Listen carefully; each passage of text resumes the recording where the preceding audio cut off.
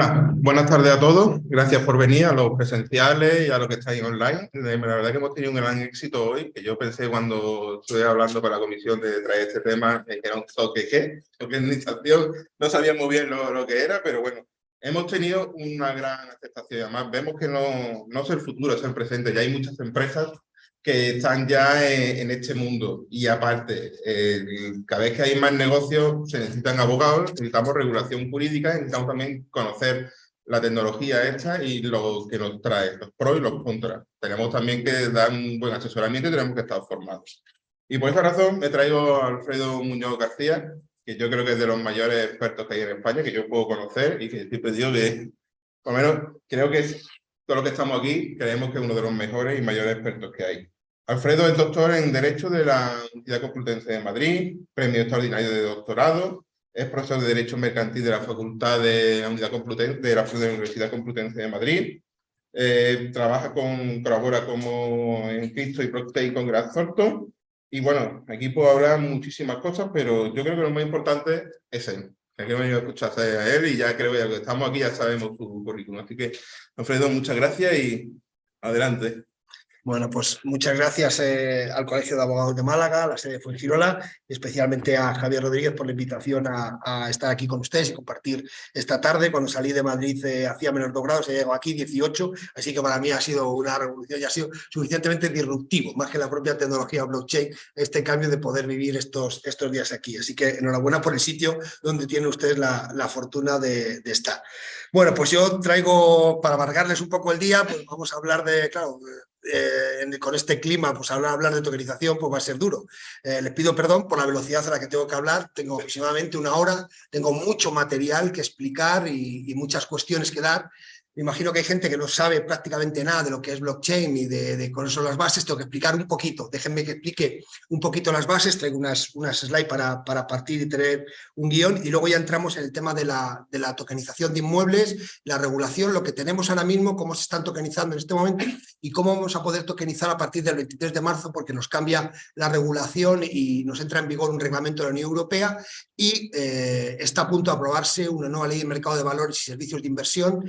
Prácticamente nos queda un único trámite, que es una ratificación de lo aprobado en el Senado, las modificaciones aprobadas en el Senado, en el Pleno del Congreso de los Diputados, que previsiblemente, hoy no lo he visto todavía, se va a aprobar la semana que viene. Con lo cual, pues para ese 23 de marzo posiblemente ya tengamos una ley de mercado de valores publicada en el BOE que contempla una regulación de tokenización de instrumentos financieros y por lo tanto ya permitiría abrir otras posibilidades para la tokenización inmobiliaria dentro de las posibilidades o habilidades que nos da la ley o capacidades que nos permite la ley para tokenizar, porque tokenizar es complejo y porque tokenizar implica representar, y ahora explicaremos con más detalle qué significa, representar de una manera distinta como lo veníamos haciendo valores o derechos. Bueno, he traído una presentación, verán ustedes que es muy extensa, soy muy ambicioso, ya sé que no vamos a verla entera, habrá slides que me tendré que saltar, pero bueno, estoy acostumbrado. Ha habido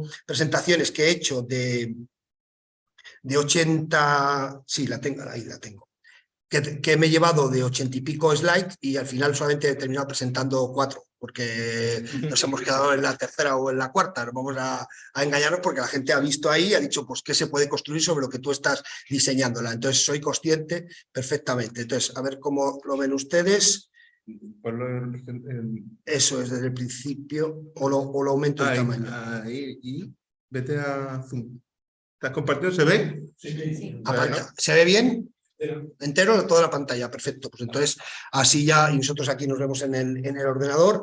Bueno, pues si lo desean pueden interrumpirme y preguntarme alguna cuestión que quedara por ahí en el debate, ¿no? Y que pudiéramos aclarar. Luego pues habrá aproximadamente una media hora, ¿no, Javier? Y mi idea es estar aproximadamente 55 o 1 hora, una hora explicando todo lo que traigo, 43 slides, incluida la página de portada y la despedida. Entonces 41 slides, va a ser ambicioso, pero bueno, trataremos de hacerlo. Luego pues les doy, tenemos media hora para poder aclarar cuestiones o revisar algún concepto que hubiese quedado poco claro o ver posibilidades que la regulación nos trae.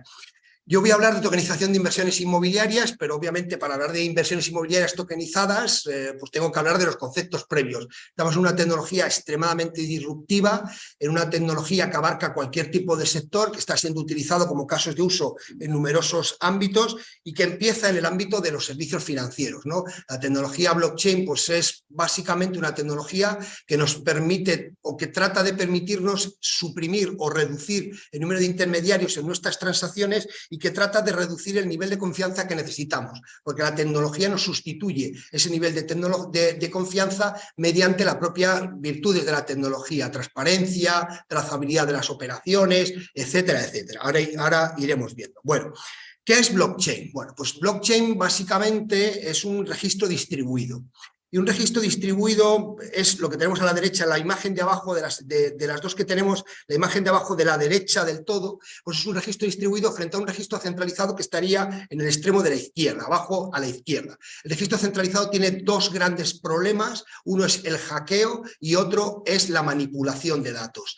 ¿Por qué? Pues porque solamente tenemos un servidor y en ese único servidor cualquiera puede acceder y manipular los datos. Es el registro de la policía, es el registro de la universidad, es el registro del colegio de abogados, es el registro de un juzgado, de un registro de la propiedad, etcétera. Entonces, en ese registro solo alguien tiene que tener las claves y poder acceder ahí. Pues por eso hemos tenido aquí en España algún caso de algún expediente de un máster que se ha modificado por un funcionario y alguien que no había ido a clase, pues de repente se ha obtenido un título universitario de máster. ¿Por qué? Porque es muy fácil entrar y manipular esos datos. Como es fácil que alguien con claves pueda acceder y manipular los datos, también es muy fácil y sencillo que alguien sin claves, un hacker, entre y manipule el registro. Y por tanto pueda cambiar los saldos de una cuenta corriente o pueda cambiar los datos identificadores de una finca o de cualquier tipo de valor o de una persona. Es muy sencillo, tan sencillo como hackearlo. Por eso ha hackeado al FBI, por eso ha hackeado a la CIA, por eso ha hackeado a Telefónica, aquí en la propia España, la principal empresa de telecomunicaciones de España, y ha sido hackeada, porque es relativamente sencillo.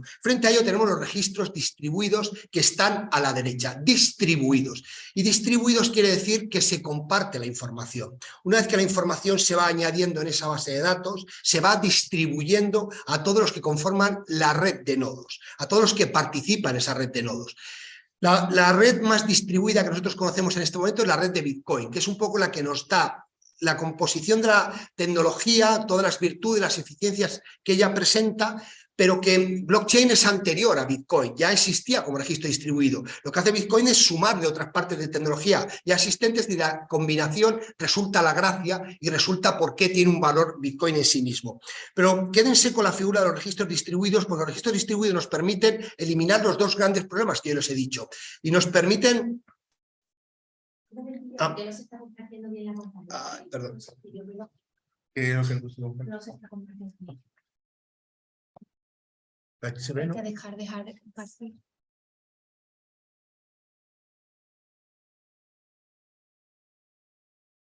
Venga, deja de compartir.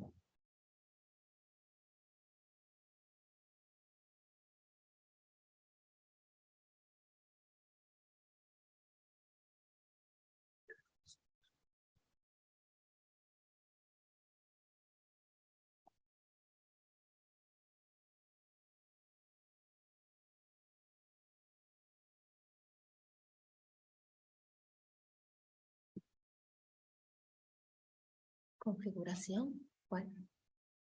Sí.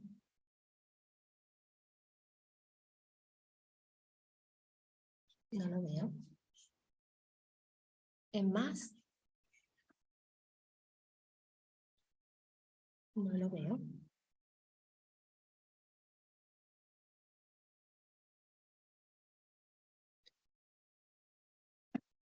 Configuración. No. Deja de compartir un momento y vete a NVIDIA. ¿No está mostrar barra de tarea? Ahí. Configuración. Sí. No, José, eso lo ves tú, yo no lo veo.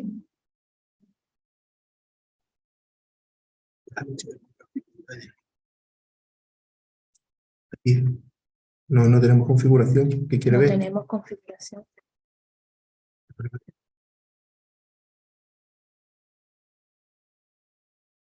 Ahora.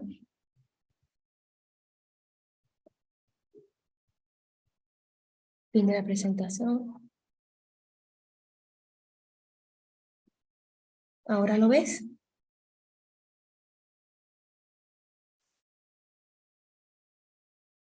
Silenciar el vídeo, participantes, chat, preguntas.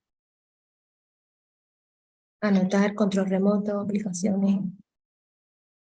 Que solicita ellos, te solicita.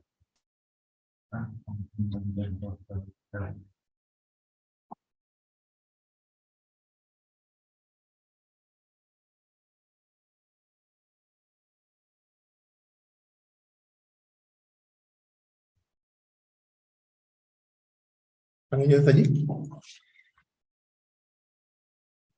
Lo comparto otra vez, ¿vale?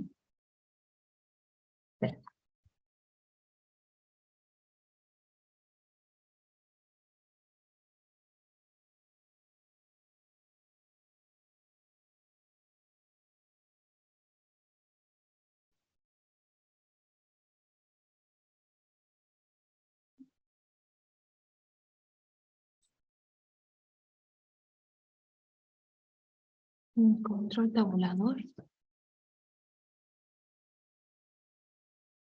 ¿Ya?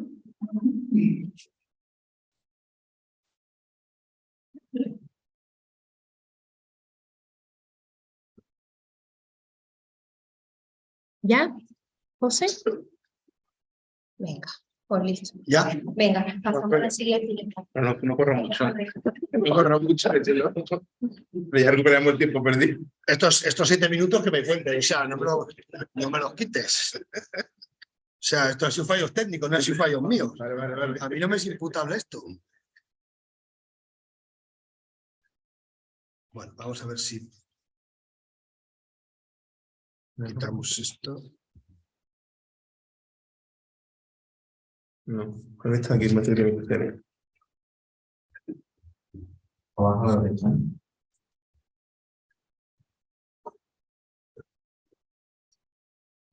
No.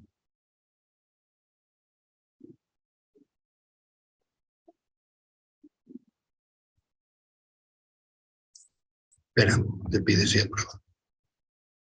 Es que faltaba porque yo no podía controlarlo. Ahora sí. Ahora sí, este no. Vale, vamos para atrás. Sí, pero eso es. Ahora sí. Con este de aquí, ¿vale? Ahí estaba. Vale. Bueno, pues les decía, volvemos para atrás, estamos determinando los requisitos de la tecnología blockchain para ver en qué sirve y para qué nos permite actuar, ¿no? Entonces, esta tecnología de registro distribuido inicialmente ya nos permite soslayar o evitar o reducir considerablemente los dos principales efectos de los registros centralizados, el hackeo y la manipulación de datos. Piensen ustedes que cada vez que se añade información en un registro distribuido, blockchain es un tipo de registro distribuido, pero hay más tipos de registro distribuido, ¿vale? Ya veremos por qué blockchain es el más utilizado. Estos registros distribuidos, cada vez que se añade información y esa información se graba, se aprueba, se distribuye a todos los miembros de esa red, a todos los que se les permita el acceso. Nosotros tenemos redes distribuidas en las que cada miembro de la red puede obtener una copia de todo lo que hay en esa red desde el principio. Por ejemplo, Bitcoin, que se habilita en el año 2009, puedes obtener una copia de toda la red del año 2009 hasta la actualidad, de todas las transacciones, de todos los Bitcoin, 19 millones y pico de Bitcoin que hemos tenido desde el año 2009 hasta ahora, emitiéndose cada 10 minutos. Pero cuando el euro digital, que va a permitir también habilitar una red en blockchain para que nosotros tengamos nuestros euros representados en esa blockchain, obviamente no va a ser una red en la que vamos a poder ver todas las transacciones de euros digitales. Las que inicialmente solamente podrán ver y escribir pues el Banco Central, los bancos de España, el Banco de Francia y la banca comercial a quien autorice. Entonces, claro, tenemos que separar las blockchain públicas, donde todo el mundo puede ver y escribir, como sería, por ejemplo, Bitcoin, de las blockchain privadas, donde solamente mediante accesos algunos podrán ver y escribir. Yo podré ver la información respecto de mis propios euros digitales, pero no podré ver la de mi vecino ni la de ninguno de todos ustedes. Pero el Banco de España o el Banco Central Europeo podrá ver todas las transacciones de ese euro digital. Pero lo importante es que vamos a compartir toda la información y, por lo tanto, vamos a evitar los problemas de hackeo y de manipulación.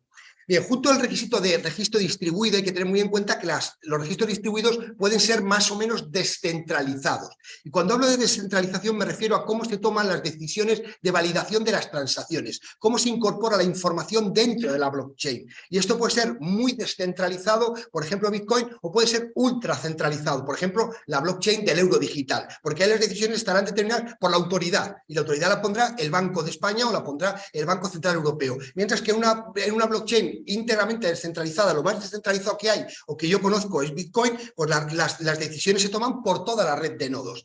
Y luego es importante también que tengamos en cuenta, porque esta es una característica fundamental de los registros distribuidos de la blockchain, es que cuando yo veo un registro centralizado, el de la izquierda de abajo del todo, yo para hacer una transferencia bancaria dentro del BBVA de una cuenta a otra mía, tengo que pasar por el servidor del BBVA. Yo no puedo transferirme dinero de mi cuenta a mi cuenta, sino tengo que pedirles permiso a ellos para que ellos, a través de su servidor, autoricen el traspaso. En las relaciones de un registro distribuido, todas las partes tienen relaciones entre ellas. Tanto todos podemos tener relaciones peer-to-peer, de par a par. No necesito a ninguna autoridad para que me valide esas transacciones inicialmente. Yo puedo hacer transferencias a Javier de Bitcoin y no tiene que venir nadie a autorizarnos, sino de que mi wallet a su wallet podemos transferirnos tantos Bitcoin como deseemos. Nadie tiene que venir a autorizar o nadie tiene que venir a programar o nadie tiene que venir a acceder a esa transacción. ¿Por qué? Porque todos los nodos, todos los que participan dentro de esta red están interconectados todos entre sí, como ustedes pueden ver en ese registro distribuido. Tercera cuestión sobre la blockchain. Aparte de las cuestiones de seguridad, cifrado criptográfico, la validación más o menos descentralizada, etcétera, tenemos que tener en cuenta que a través de estas redes de registro distribuido y especialmente en blockchain, nosotros podemos otorgar un control a través de unas claves públicas y privadas que genera cada una de las redes sobre aquellos códigos que nosotros consignamos dentro de una red. Bitcoin es una red escrita o creada, una red de blockchain creada sobre Internet. Y entonces se crea esa red sobre Internet y ahí se van configurando, programando el nacimiento de determinados códigos. Esos códigos están programados desde el año 2009, que es cuando se crea la red de Bitcoin. Y cada 10 minutos se va haciendo que determinados códigos de esos afloren. Entonces, a esos códigos les estamos dando un valor económico. ¿Por qué? Porque para acceder a esos códigos necesitas esas claves públicas y privadas. Y cuando tú transmites ese código, más que nada lo que haces no es transmitir el código, sino sencillamente desplazar tus claves por otras claves diferentes, porque el código no está en Fuengirola, ni en Madrid, ni en París, está dentro de la blockchain. Y lo que hacemos nosotros es quitar unas claves para colocar otras encima. Lo que hacemos es perder el control sobre esos Bitcoin que nosotros tenemos en esa base de datos, en ese registro distribuido y en este caso también descentralizado. Y como hemos conseguido darle un control a esos activos, estos activos se convierten en únicos. Aunque sean fungibles, son únicos y exclusivos porque tú con tus claves tienes acceso a este registro. Si yo cojo esta presentación y le hago un PDF y se la envío a Javier y Javier se la envía a todos ustedes y ustedes se la envían a todos sus familiares, aparte de hacerme famoso, lo que hacen es que el archivo de mi PDF no valga nada. El archivo de mi PDF vale el contenido que tenga, pero el archivo en sí mismo, el código del archivo, no tiene valor alguno, porque puede ser replicado tantas veces como se envíe. Un Bitcoin no. Un Bitcoin tiene el valor de la exclusividad. Cuando alguien lo transfiere, pierde el control sobre él. Por tanto, lo que acabamos de hacer con esta operativa es crear valor. Y en el caso del Bitcoin creamos valor snobo. Un valor que no existe fuera de la red. Bitcoin no está fuera de la red. No hay una oficina del consumidor. Ni siquiera es un activo financiero en el que alguien nos deba algo. Lo que acabamos de hacer es crear valor dentro de esa red y perderlo cuando lo transferimos. Cuando le damos al enviar, a transferir, cuando en realidad lo que estamos haciendo es crear una firma electrónica para transferir este activo, lo que hemos hecho es perder el control sobre él. Y esto nos da un salto porque pasamos de la Internet de la información, lo que hemos utilizado toda la vida, o desde que se crea Internet, a la Internet del valor. Y este valor es el que acabamos de crear ex novo dentro de una propia blockchain. Claro, Bitcoin es un activo que está ahí, que no representa nada, que tiene un valor en cuanto que es seguridad. Quisiera recordar que Bitcoin nunca ha sido hackeado desde el año 2009 hasta ahora. Y por tanto, esa seguridad que se le otorga a Bitcoin es lo que le da valor. Es lo que ha llegado a dar que Bitcoin valga $60 y pico mil y ahora está en 20 y tantos mil dólares. ¿Sí? ¿Por qué? Porque es tremendamente especulativo y volátil. Y lo digo, es tremendamente especulativo y volátil. No doy consejos de inversión. Para que nadie me pregunte al final de la charla, ¿usted invertiría en Bitcoin? Porque no puedo contestar a esa pregunta, ¿de acuerdo? Pero es un activo que está valorado en cuanto que permite almacenar con cierta seguridad el valor de demanda. Porque hasta ahora nadie ha podido entrar ahí. ¿Por qué? Por las reglas en las que funciona esto, por la tecnología blockchain, por el protocolo de consenso, que es el Proof of Work, que es un protocolo muy severo en el control de la seguridad, por la criptografía, etcétera. Por tanto, esa seguridad es la que hace que Bitcoin hoy se pueda calificar como un valor refugio. Pero Bitcoin en realidad no tiene a nadie por detrás. Pero como podemos crear valor con estos códigos y hacerlos únicos, esto nos va a permitir también el fenómeno de la tokenización. Y la tokenización es crear ese mismo valor pudiendo representar con estos códigos activos que estén dentro de una red o fuera de una red. Podemos crear instrumentos financieros que se crean dentro de una red y que los representamos con estas tokenizaciones, o podemos también crear tokens que sean representativos de activos que están fuera de la red. Por ejemplo, un inmueble. Si es que la ley nos habilita a ello. Pero al menos, desde un punto de vista tecnológico, puedo crear un token que represente el piso tercero C de la calle Alcalá número 340 y que ese token sea exclusivo respecto de este activo. Y por lo tanto, este activo, cuando se incorpora a ese token, al transferir el token pierdo el control sobre él, porque lo transfiero a quien tiene las claves de la wallet del destinatario. No puedo duplicar, no puedo generar dobles ventas. Desde este punto de vista de gestión de la información, solo de gestión de la información, ya blockchain en general, ya tiene un valor añadido. ¿Por qué? Porque genera información inicialmente inmutable, hay casos excepcionales en que se podría modificar, pero que dejaría rastro la información inicialmente plasmada, que es una información trazable y que es una información auditable. Por eso, por ejemplo, ya tenemos proyectos de blockchain en lo que únicamente se recogen son documentos.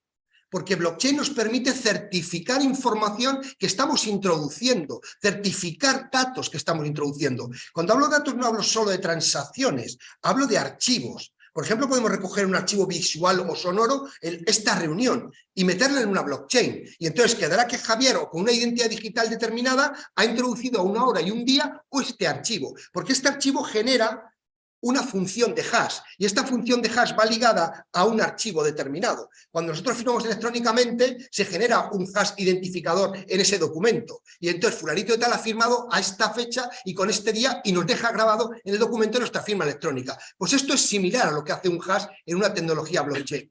Y tenemos proyectos, por ejemplo, de Iberdrola con el Colegio de Registradores, en que han creado una han creado una blockchain para almacenar ahí documentos para los procesos de compliance de las empresas. ¿Por qué? Porque la información es inmutable, porque es trazable y porque es auditable, porque nos da un sellado de tiempo y nos permite decir que alguien depositó un documento a una hora y a un determinado día. Si esa persona está identificada con una identidad digital, con una firma digital cualificada, pues podemos identificar y saber quién es.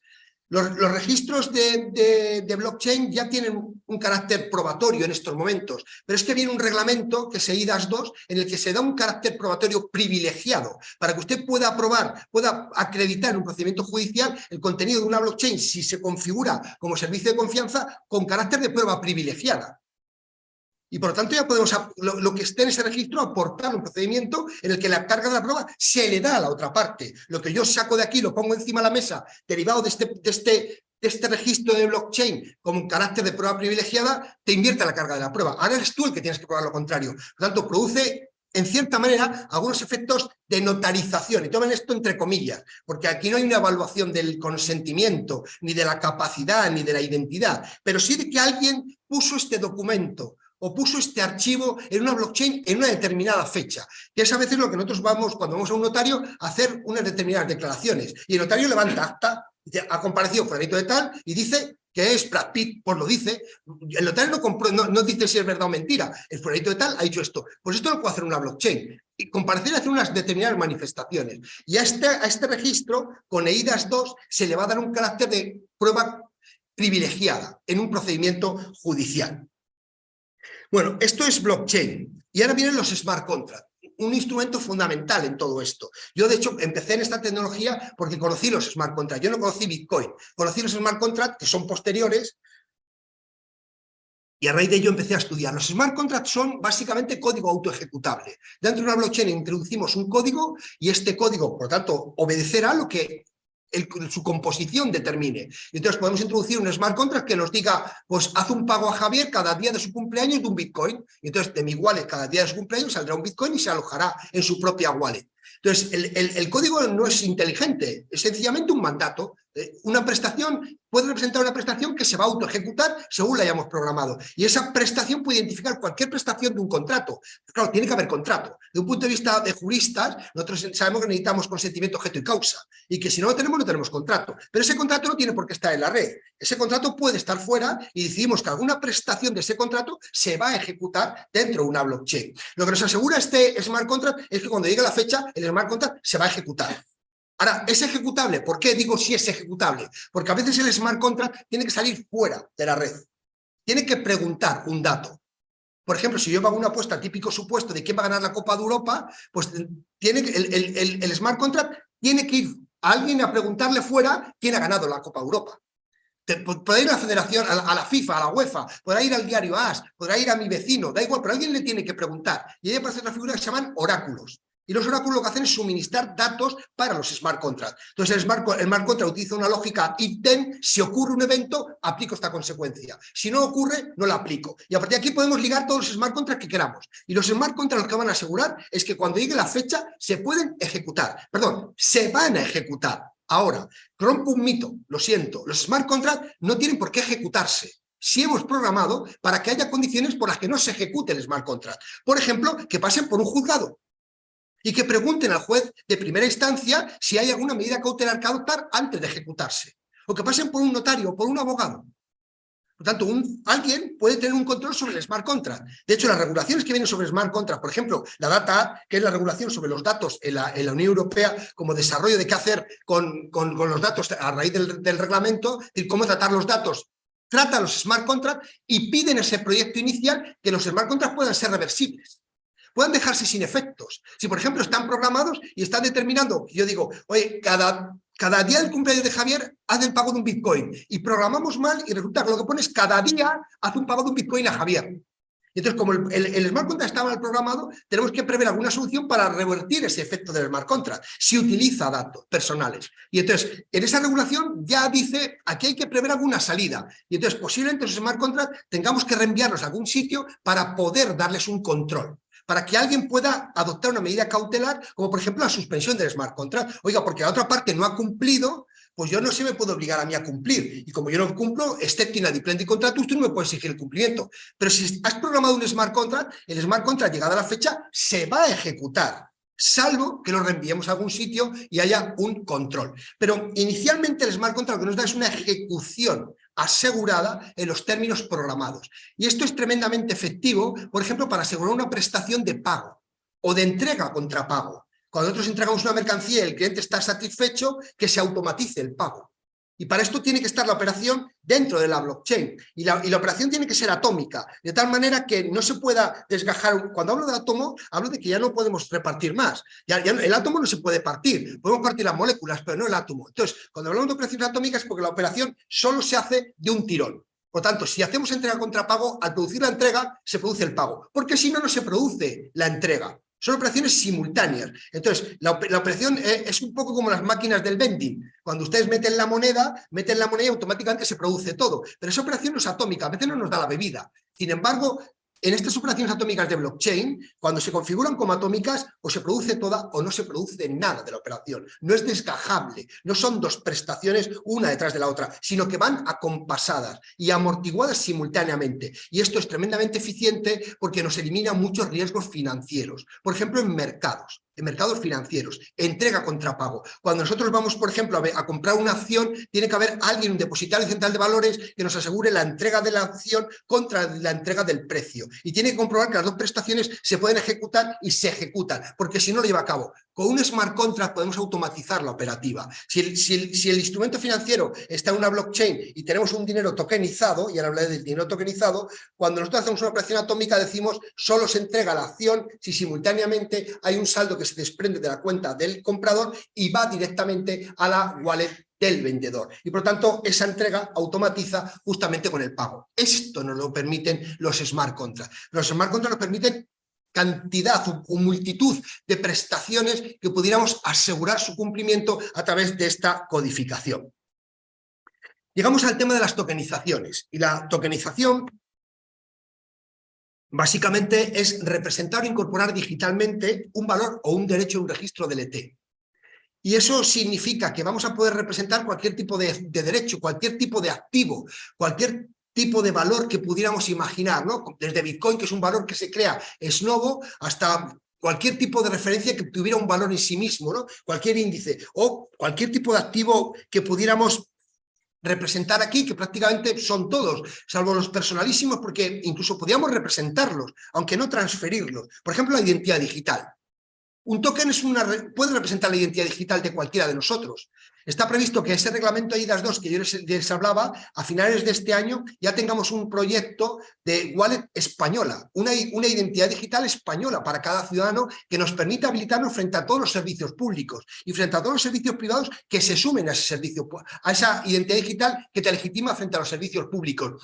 Y que además esto nos habilita frente a los 27 Estados miembros. Por lo tanto, ya no vamos a tener estrictamente un DNI, sino una identidad digital que nos va a habilitar en todas nuestras transacciones con nuestro teléfono y que nos va a permitir representar o identificarnos o legitimarnos para toda la operativa pública y toda la privada que se sume. Y además representarnos o legitimarnos mediante lo que se llaman atributos. Y siempre pongo el mismo ejemplo. Yo tengo una hija de 17 años y mi hija va a las discotecas de esta de 16 a 18 años y le piden el carnet de identidad. Y para saber si tiene 16, 17 o 15 años. Entonces, claro, mi hija saca el carnet de identidad y se lo enseña el de la puerta. Y me parece muy bien. Pero claro, el de la puerta, ¿por qué tiene que saber dónde vive mi hija? ¿Por qué tiene que saber cuántos años tiene mi hija? ¿Cómo se llaman sus padres?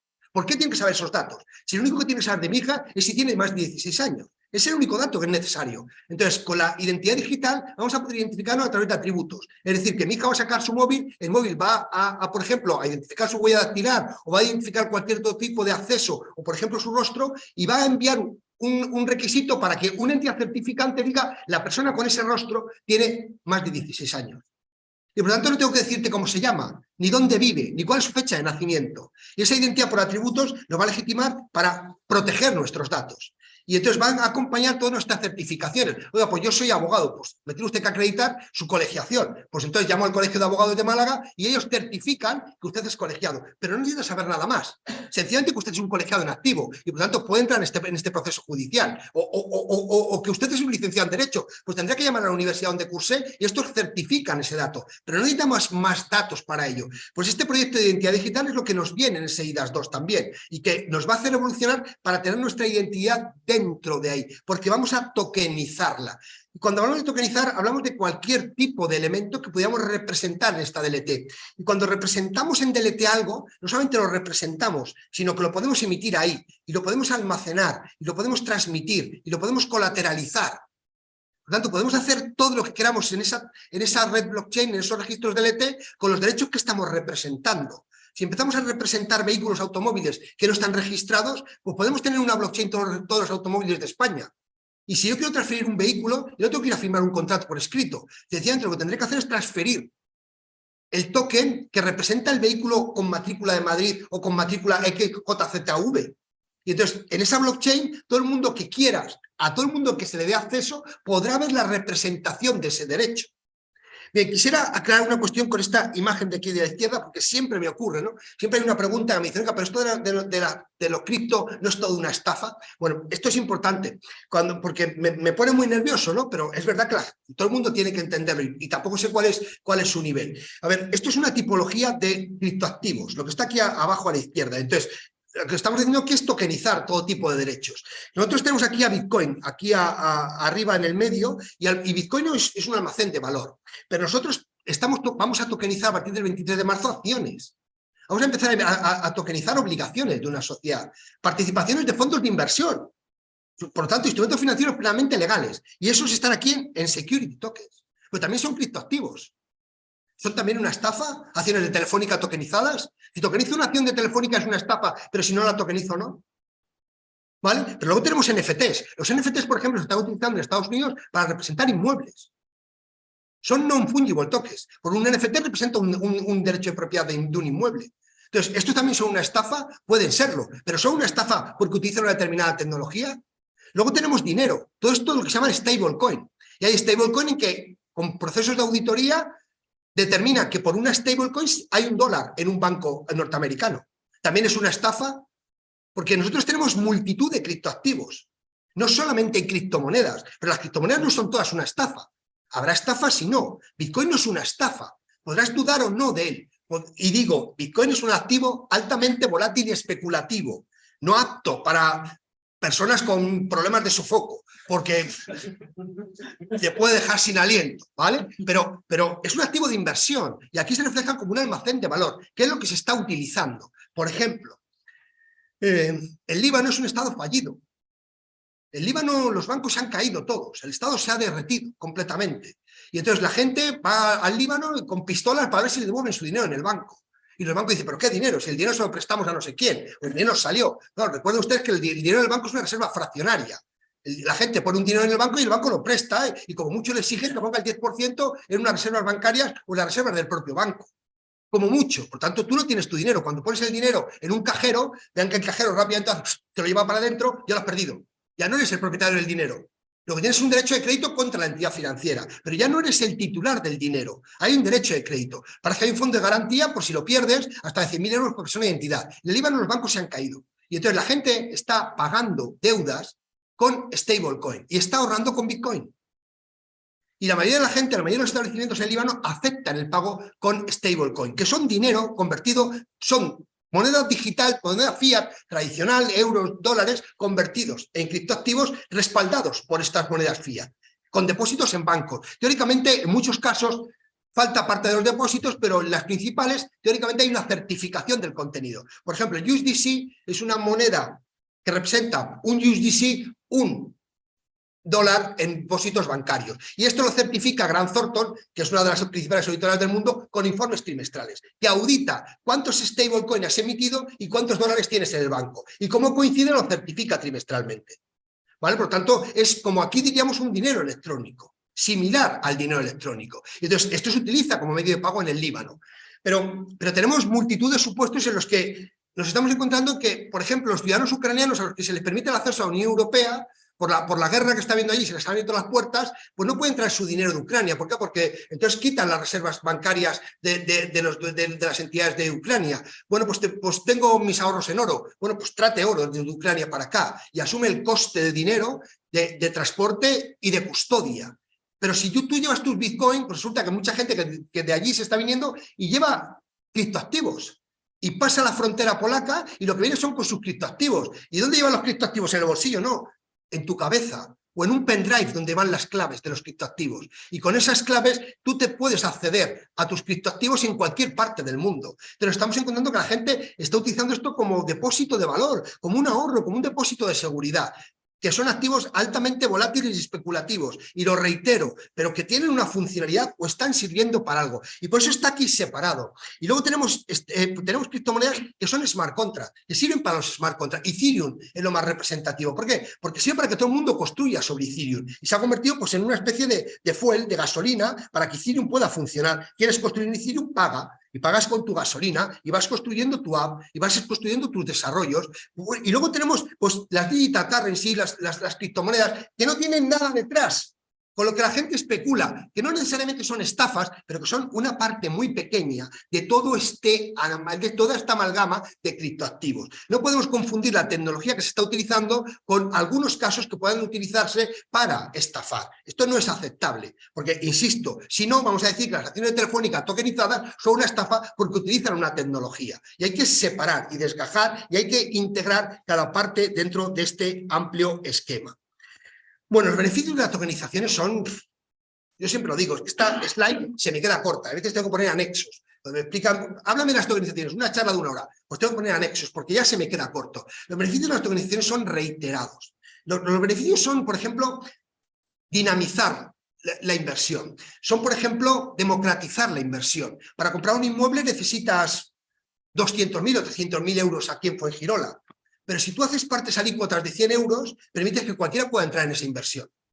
Ya veremos a ver cómo se puede entrar en esa inversión, pero estás democratizando esa inversión. Si quieres comprar o invertir o hacer o construir un centro comercial que vale 5 millones de euros, pues tienes que tener mucho dinero o pedir prestado. Pero ¿y si haces una especie de plataforma de crowdfunding en el que vas a tokenizar participaciones de inversión en esa inversión tan monstruosa? Pues puede permitir que el pequeño inversor pueda entrar ahí con una pequeña parte, por lo tanto arriesga poco, pero tienes a miles de personas. Claro, lo estás haciendo en redes blockchain, que son globales, que son transfronterizas, así que cualquier ciudadano de cualquier parte del mundo viene e invierte, si es que es lo que tú estás ofreciendo, y te gestiona la liquidez, y te reduce las vulnerabilidades, y te centra toda la información en una única red, y en un único depósito de información que te certifica el contenido, y que todo el mundo puede estar viendo. Es decir, que si tú estás desarrollando un proyecto y centras la información en un único sitio, todo el mundo está viendo la evolución del proyecto, todo lo que invirtió en él. Por tanto, hay una transparencia absoluta de lo que tú estás haciendo sobre ese proyecto o sobre las inversiones que se han hecho en ese proyecto. Pero hay siempre dos elementos de la tokenización de los beneficios que me gusta destacar. Uno, el de la programación del token. ¿Qué significa la programación del token? Podemos darle determinados caracteres a ese token para que cumpla funciones. Y esto es importante. Podemos utilizar smart contract con el token y, por lo tanto, mandatarle al token que cumpla determinadas habilidades o características. Por ejemplo, que si tenemos un piso en común entre varios titulares, cuando llegue la renta, el smart contract automáticamente distribuye la renta entre los titulares, sin que nadie intervenga. Según entra el dinero en nuestra wallet, automáticamente procede a la distribución de la renta en las partes marcadas respecto de cada uno de los token holders y titulares de los tokens. O que el beneficio de una sociedad anónima, una vez aprobado el beneficio, se aplique inmediatamente a los distintos accionistas según el valor de sus acciones, o que les legitime el acceso a la Junta o les permita el derecho de voto. Y luego podemos darle atributos. Estos atributos son importantes, es decir, podemos hacer que el token cumpla deberes porque los tiene predeterminados, y lo puede hacer no en general, sino condicionado a una identidad digital. Es decir, que alguien en concreto con unas características tenga ese atributo y otros no. ¿Vale? Por lo tanto, ya no es solamente programar, sino que podemos condicionar que el token esté condicionado o ligado a determinadas características. Pues si eres un accionista sin voto, tú no votas. Y por lo tanto, esto va ligado a tu identidad. O si eres una persona que llevas eres un socio fundador, tengas unas especiales ventajas que nos permite la ley. Y esto lo ligamos a tu propia identidad digital. Tanto esta programación y esta condición de atributos es algo disruptivo porque nos genera enormes eficiencias y nos reduce muchos costes en la gestión de los activos. Bueno, me salto algunas cosas porque ya vamos regulín, ¿vale? ¿Podemos tokenizar un inmueble? Bueno, empezamos fuerte. A ver, ¿podemos tokenizar un inmueble? Nosotros podemos tokenizar un inmueble. Podemos tokenizar cualquier tipo de derecho, pero tenemos que ser conscientes de las limitaciones de nuestro ordenamiento jurídico. ¿Vale? ¿Nosotros podemos tokenizar un inmueble? Sí, pero no tienes acceso al registro de la propiedad. Y por lo tanto no te puedes aprovechar de la eficacia erga omnes que implica la inscripción en el registro de la propiedad y de la oponibilidad de lo inscrito. ¿Vale? Porque nosotros tenemos una libertad de formas en nuestros contratos. La libertad de formas es una regla general del derecho civil español y para transmitir la propiedad necesitas negocio jurídico 609, algún tipo de contratos y la traditio, la entrega. Bueno, pues puede que la tokenización pudiera ser esa entrega. En lugar de entregarte las llaves, te entrego un token. Pero para ir al registro de la propiedad necesitas escritura pública e inscripción en el registro. Y ese registro no está digitalmente, no está en una blockchain. Ahora, ¿pudiera estar en un futuro? Sí, pero hoy no. Por lo tanto, tenemos que saber qué podemos tokenizar. ¿Qué podemos tokenizar? Lo que no está registrado. Vehículos que no están registrados, tierras que no estuvieran registradas, maquinaria, derechos de crédito, pudiéramos tokenizarlo, porque nuestra libertad de forma nos habilita todas estas posibilidades. Pero quiero tokenizar una hipoteca, ya, pero es que para tokenizar una hipoteca te pide la inscripción en el registro. Tienes que venir con documento público, por tanto no puedes crear una hipoteca con un token, podrás crear otro tipo de garantías, pero no una hipoteca. Quiero donar un inmueble, porque la ley te pide para una donación de un inmueble la escritura. Y es la escritura la que constituye la donación del inmueble, ni siquiera un contrato privado. Entonces necesitas el documento, es público porque te lo pide la propia ley. ¿Pero qué ocurre? Pues que la creatividad humana pues, tiene sus virtudes y la gente busca alternativas, ¿no? Entonces, por ejemplo, pues aquí en Estados Unidos pues tenemos a gente que lo que hace es crear sociedades limitadas y las participaciones de esa sociedad limitada las tokeniza. Y esa limitada compra un inmueble y la gente empieza a vender indirectamente los inmuebles, tokenizando las acciones y colocándolas en una blockchain. Y entonces la tokenización del inmueble es indirecta. Ahora, esto tiene sus riesgos, porque el inmueble no está tokenizado. Por lo tanto, no tiene la protección erga omnes que nos permite aquí en España, por ejemplo, el sistema registral. Los Estados Unidos no son estrictamente como nosotros, ¿vale? Entonces, pues empieza a funcionar un mercado de venta de inmuebles de manera indirecta a través de las acciones o participaciones de una sociedad vehículo que compra este inmueble. Y se avanza y se progresa. Y hay una cosa que se llaman DAOs. Y las DAOs son organizaciones autónomas descentralizadas.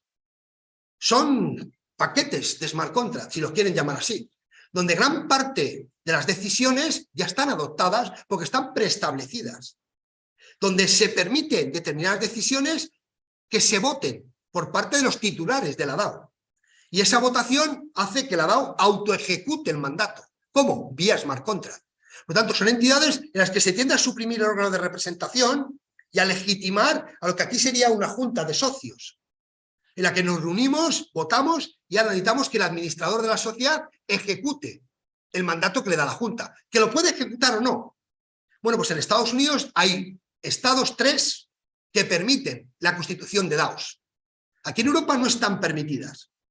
¿Vale? ¿Por qué? Porque son entidades automatizadas, son entidades autónomas, que no tienen un representante, a los que les es difícil configurar y cumplir los deberes de compliance, el antiblanqueo, la declaración de las obligaciones tributarias.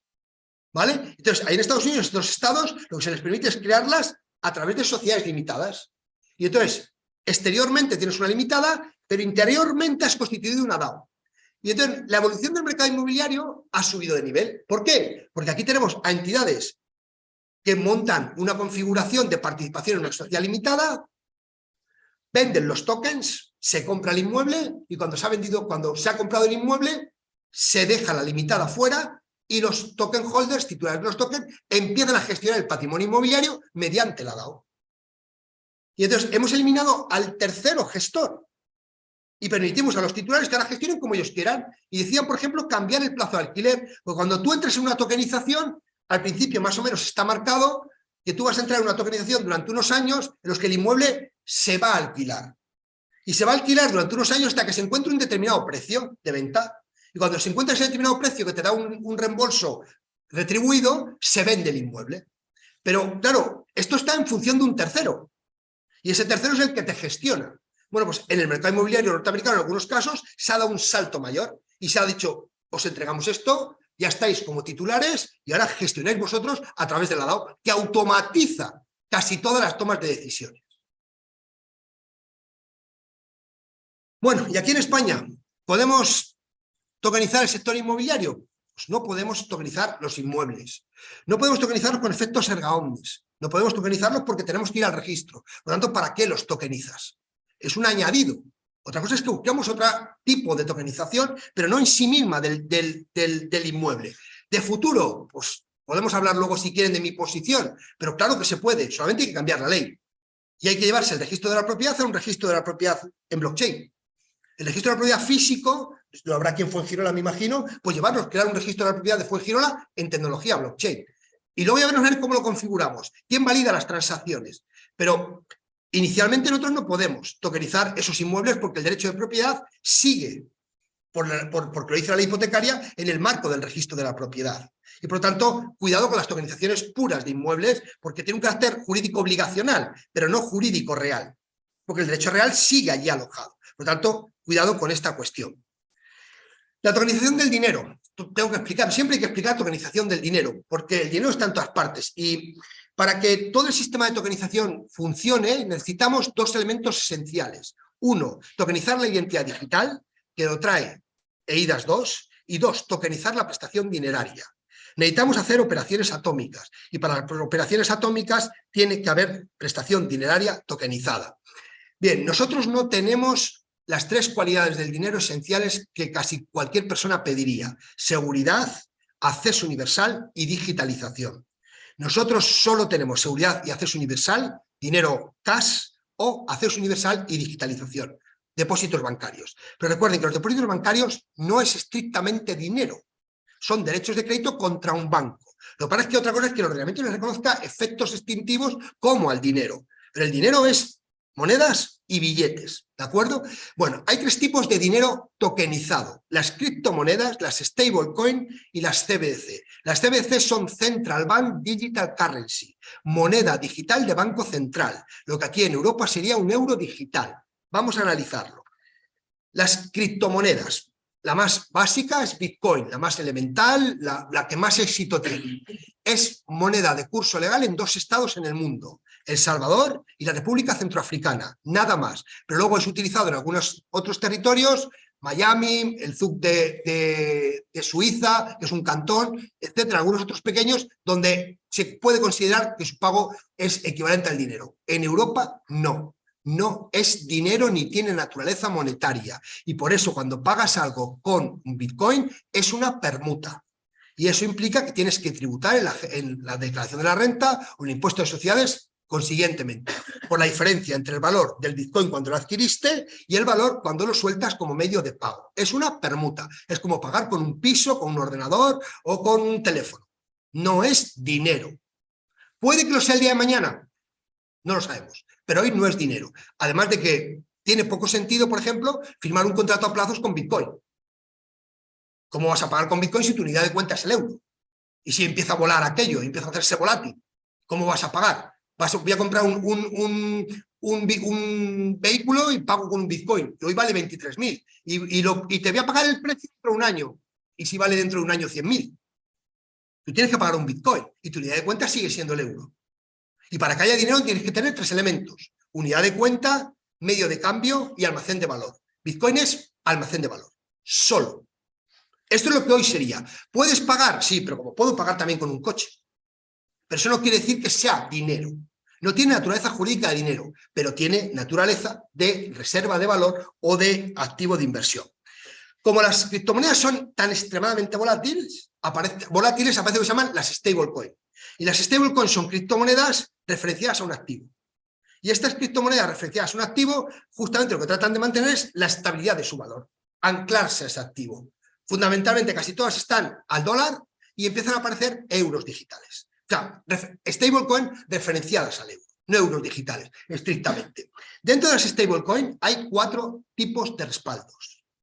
1, respaldados en fiat, son las más utilizadas. El Tether, el USDC, las que empiezan a aparecer en dólares, un dólar, una stablecoin, una moneda fiat en un depósito bancario o donde esté. Respaldadas en materias primas. Estas sobre todo son instrumentos de ahorro. Suiza, por ejemplo, depósitos de oro. O, por ejemplo, el petro en Venezuela. Lo que pasa es que el petro no tiene credibilidad y no se entiende que haya unas reservas de petróleo que respalden eso al valor que dice la entidad emisora. Respaldadas en criptomonedas. Muy importantes. Son muy importantes porque funcionan lo que se llaman plataformas de finanzas descentralizadas. La más importante es la que aparece ahí, que se llama MakerDAO. Ahora explico algo sobre finanzas descentralizadas. Y este tipo de criptomonedas están respaldadas en un 150% en criptoactivos. Por lo tanto, hay una garantía. Y estos criptoactivos, Bitcoin, Ether, lo que sea, respaldan en un 150% del valor de mercado la referencia de esta stablecoin. El protocolo de MakerDAO es un protocolo tremendamente exitoso y se puede comprobar que tienes los respaldos del 150%. Y se llama DAI, la stablecoin, y está íntegramente respaldada. Y funciona muy bien, pero no doy consejos de inversión, en en plataformas de finanzas descentralizadas. Y luego las no respaldadas, denominadas también algorítmicas, porque se emiten y se queman estrictamente por oferta y demanda. Y entonces, para ajustar el precio, lo que hacen es emitir o quemarse más. Este es el caso de Terra, que ha sido una de las grandes frustraciones del año 2022, que ha llevado a la crisis de todo el sector, porque no tenía unos respaldos. Y entonces son criptoactivos en los que su plan de desarrollo tiene que ser casi siempre ascendente. Cuando hay una acumulación de demanda, perdón, una caída de la demanda, el valor se viene abajo. Si no tienes unos activos que lo sujeten, es muy difícil que mantenga un tipo de estabilidad. Por tanto, incluso en algunas regulaciones se pone en tela de juicio su estabilidad, su condición de stablecoin. Bueno, este es el panorama de las stablecoin, para que lo vean todas las que tenemos. ¿Y por qué? Dinero tokenizado, porque es programable. Y esto es un cambio radical respecto de nuestro dinero digital bancario. El dinero programable ofrece servicios que no conocíamos hasta el momento. Puedo darles, a través de smart contract, órdenes a mi dinero que no pueden satisfacer los bancos, que no pueden asegurar. Y esto permite a los propios bancos, si utilizan este dinero, dar servicios que hasta ahora eran impensables. Entrega contra pago o pago contra pago. Asegurar la prestación dineraria y eliminar los riesgos financieros. Esto genera eficiencias, reducción de costes y de tiempos que hasta este momento no lo conocíamos. Y por eso tenemos una obsesión con el dinero tokenizado, porque no es solo dinero digital, sino que es un dinero caracterizado por la programación. Pongo un ejemplo para que ustedes lo vean, aunque sé que es un ejemplo que me va a traer problemas, pero lo pongo, luego discutimos los problemas. China tiene una moneda digital de banco central. China iba por las ciudades y les cogía a sus ciudadanos y les decía: abrir vuestro teléfono, 50.000 elegidos, os abro una wallet y os hago un ingreso de moneda de banco central.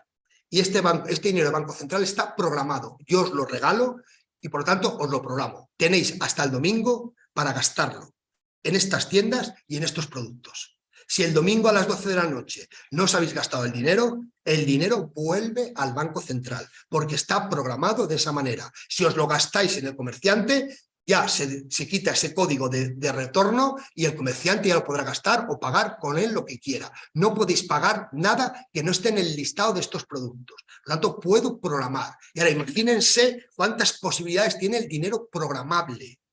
Desde controlar una subvención, desde controlar una pensión compensatoria. Un abogado una vez en una charla parecida a esta me dijo: estoy pensando en un cliente que el hombre no sabe en qué se gasta el dinero su pareja y él ya da un dinero para sus hijos, y ahora estoy pensando, me decía la abogada, en que si lo programamos solamente lo vamos a destinar al pago de las ayudas para los niños. Yo, por ejemplo, si mando a mi hija el año que viene a Estados Unidos y no quiero que se gaste en botellón el dinero, pues le programo para que solo se lo pueda gastar en cosas relativas a la universidad, a los estudios, al hotel donde se aloje, etcétera, etcétera. Pero imagínense el control público, el control del dinero. O, por ejemplo, las cooperativas de viviendas, donde hay muchos casos en los que gestores de las cooperativas se gastan el dinero en algo ajeno al proyecto inmobiliario, al proyecto promotor. Pues ahora podemos condicionar que el gestor solo puede utilizar el dinero para el proyecto promotor, porque si no el dinero no sale de la wallet, no se aplica, porque hay un smart contract que limita el uso. Esto es el dinero programable, el dinero tokenizado. Y esto no lo conocíamos hasta ahora. DeFi, otro instrumento fundamental. DeFi es... pero ¿Se me está acabando ya? No, yo creo que es que te digo que una parte buena y una parte mala. Porque el Estado también nos puede controlar a nosotros la programación. Podemos programarlo para que mi hija no se vaya de botellón, pero el Estado me puede programarme a mí. Por eso he dicho que me iba a traer problemas, Javier, porque sabía yo que me ibas, o que alguien me iba, y por eso me gusta traer el tema de China. A ver, el dinero se puede programar, la cuestión está en quién lo programa. Cuando se habla del euro digital, una de las primeras preguntas, o los primeros problemas que nos planteamos es: ¿va a programar el euro digital el Banco Central Europeo? Por ejemplo, cuando llegue la campaña de Navidad nos van a decir: la paga extra la tenéis que gastar para incentivar el consumo, o no podéis gastar tanto dinero durante esta época porque hay que ahorrar y tenemos que bajar la inflación. Y entonces el Banco Central Europeo dice: no se preocupen, yo no voy a poder programar esto. Ustedes lo podrán programar, se podrá dotar de habilidades o de características para poder programarlo, pero desde la entidad emisora no vamos a poder hacerlo, porque si no, no va a haber aceptación de ese dinero. Que ya el banco... Sí, esto es un problema que está desde el principio. O sea, en la emisión del euro digital hay básicamente 3 problemas. Uno, la privacidad. Los ciudadanos europeos nos gusta nuestra privacidad, ¿vale? Entonces, no nos gusta salir en fotos por ahí escandalosas, ni nos gusta que nadie sepa nuestro dinero. Pensemos que nuestro banco lo sabe, pero bueno, pensamos que es una entidad privada. Y Hacienda sí accede a la cuenta del banco, efectivamente. Pero no nos gusta que nuestro Banco Central domine todo. Y entonces, pues, el Banco Central dice, no se preocupen que no voy a programar. Dos, la privacidad. No se preocupen que va a ser anónimo, no va a ser anónimo, pero va a haber una gran privacidad.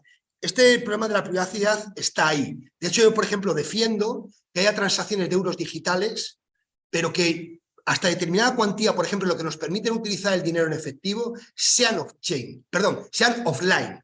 Es decir, que se desconecte de la conexión. Que si yo te hago a ti un pago porque te invito a unas cañas o te hago un pago de que me has vendido unos tomates de tu huerto, pues ahora mismo me permiten pagarte en efectivo, puedo hacerte un pago en euros digitales, pero que nadie lo pueda ver. Y de repente, y tú haces con ese pago otro a tu compañero por las razones que sea, dentro del límite del cash. Y cuando vuelva a aflorar ese saldo a Internet, no se hayan visto estas dos transacciones. Como si fuera un título al portador, dentro de los límites de lo que es el dinero en efectivo. Esta es mi posición. ¿Vale? Esta es mi posición. Es decir, que tengamos un trato similar al del dinero en efectivo, porque ahora podemos utilizar hasta 1.000 euros. Y podemos pagar entre particulares 1.000 euros sin que tengamos que justificar por qué. Por encima de ella tienes problemas. Pues ¿por qué no hacemos esto con el euro digital? Lo que no puedan programar, pero que yo sí pueda programar. ¿Que será difícil programar? Bueno, será difícil o no, porque ya empieza a haber apps que te dan comandos de programación. No hace falta que ni siquiera como abogado empiece a estudiar programación, sino que una app ya me indica, igual que hay formularios de contratos, pues hay formularios para programar contratos. Y en el que el programa lo que te hace es introducirte el código, bajo el mandato que tú le has dado. Y el tercer problema del euro digital, y me anticipo a la slide que trae del euro digital, que se lleva el sistema financiero por delante. Y esto es muy peligroso. El euro digital es un pasivo del Banco Central. Mi banco, el Banco Santander, el BBVA no van a quebrar, pero pudieran quebrar. Un banco central nunca puede quebrar, ni siquiera el Banco Central de Venezuela quiebra, porque el Banco Central lo que hace es emitir, podrá devaluar, pero nunca va a quebrar. ¿Vale? Entonces, si nosotros vivimos una situación como la del año 2008, en que yo lo digo siempre, tenía muchos clientes que me llamaban diciéndome, Alfredo, ¿me puedo llevar mi dinero a Alemania? Porque aquí había mucho miedo de que los bancos quebraran, porque teníamos un fondo de garantía que era de 15.000 euros por persona y entidad. Creo que eran 15.000 euros y se subía a 100.000. ¿Vale? Pero eran 15.000 en aquel momento. Entonces, si nosotros tenemos un euro digital, la gente sale de su banco y se va al Banco Central y cambia euros en depósito bancario a depósito de Banco Central. Entonces, el gran problema del euro digital es la gran crisis bancaria que puede llegar a generar. Y por eso el Banco Central dice, nosotros solo vamos a permitir 3.000 o 4.000 euros de tenencia por persona. Porque el euro digital no puede ser un instrumento de ahorro ni de inversión. Tiene que ser un instrumento de pago. Es una alternativa para pagar, pero no es para invertir ni para ahorrar. Por tanto, utilícenlo solo para ello. Y luego viene el problema de los extranjeros. Los extranjeros, hay muchos extranjeros que quieren venir a comprar euros digitales o dólares digitales. Siempre pongo el ejemplo de los argentinos, porque siempre doy una charla para Argentina y me lo preguntan. ¿Vale? ¿Por qué? Porque ellos tienen una inflación del 100%. Y con una inflación del 100%, con un Estado que te hace corralitos en cuanto te excedas en sacar tus depósitos, pues la gente lo que quiere son euros digitales. Tiene una moneda de respaldo firme en el que no esté controlado por su gobierno. Y eso es el euro digital, eso es el dólar digital. Y entonces, claro, si tú permites a los extranjeros comprar estos tipos de activos como inversión, pues nos podemos encontrar con que el valor del euro se dispare por la demanda que haya del exterior. Y por eso el Banco Central está muy preocupado en que solo ciudadanos residentes en Europa puedan adquirir este tipo de activos. Y solo para pagos, no para inversión ni para ahorro. ¿Hay una pregunta? Sí, me parece muy interesante lo que estás diciendo.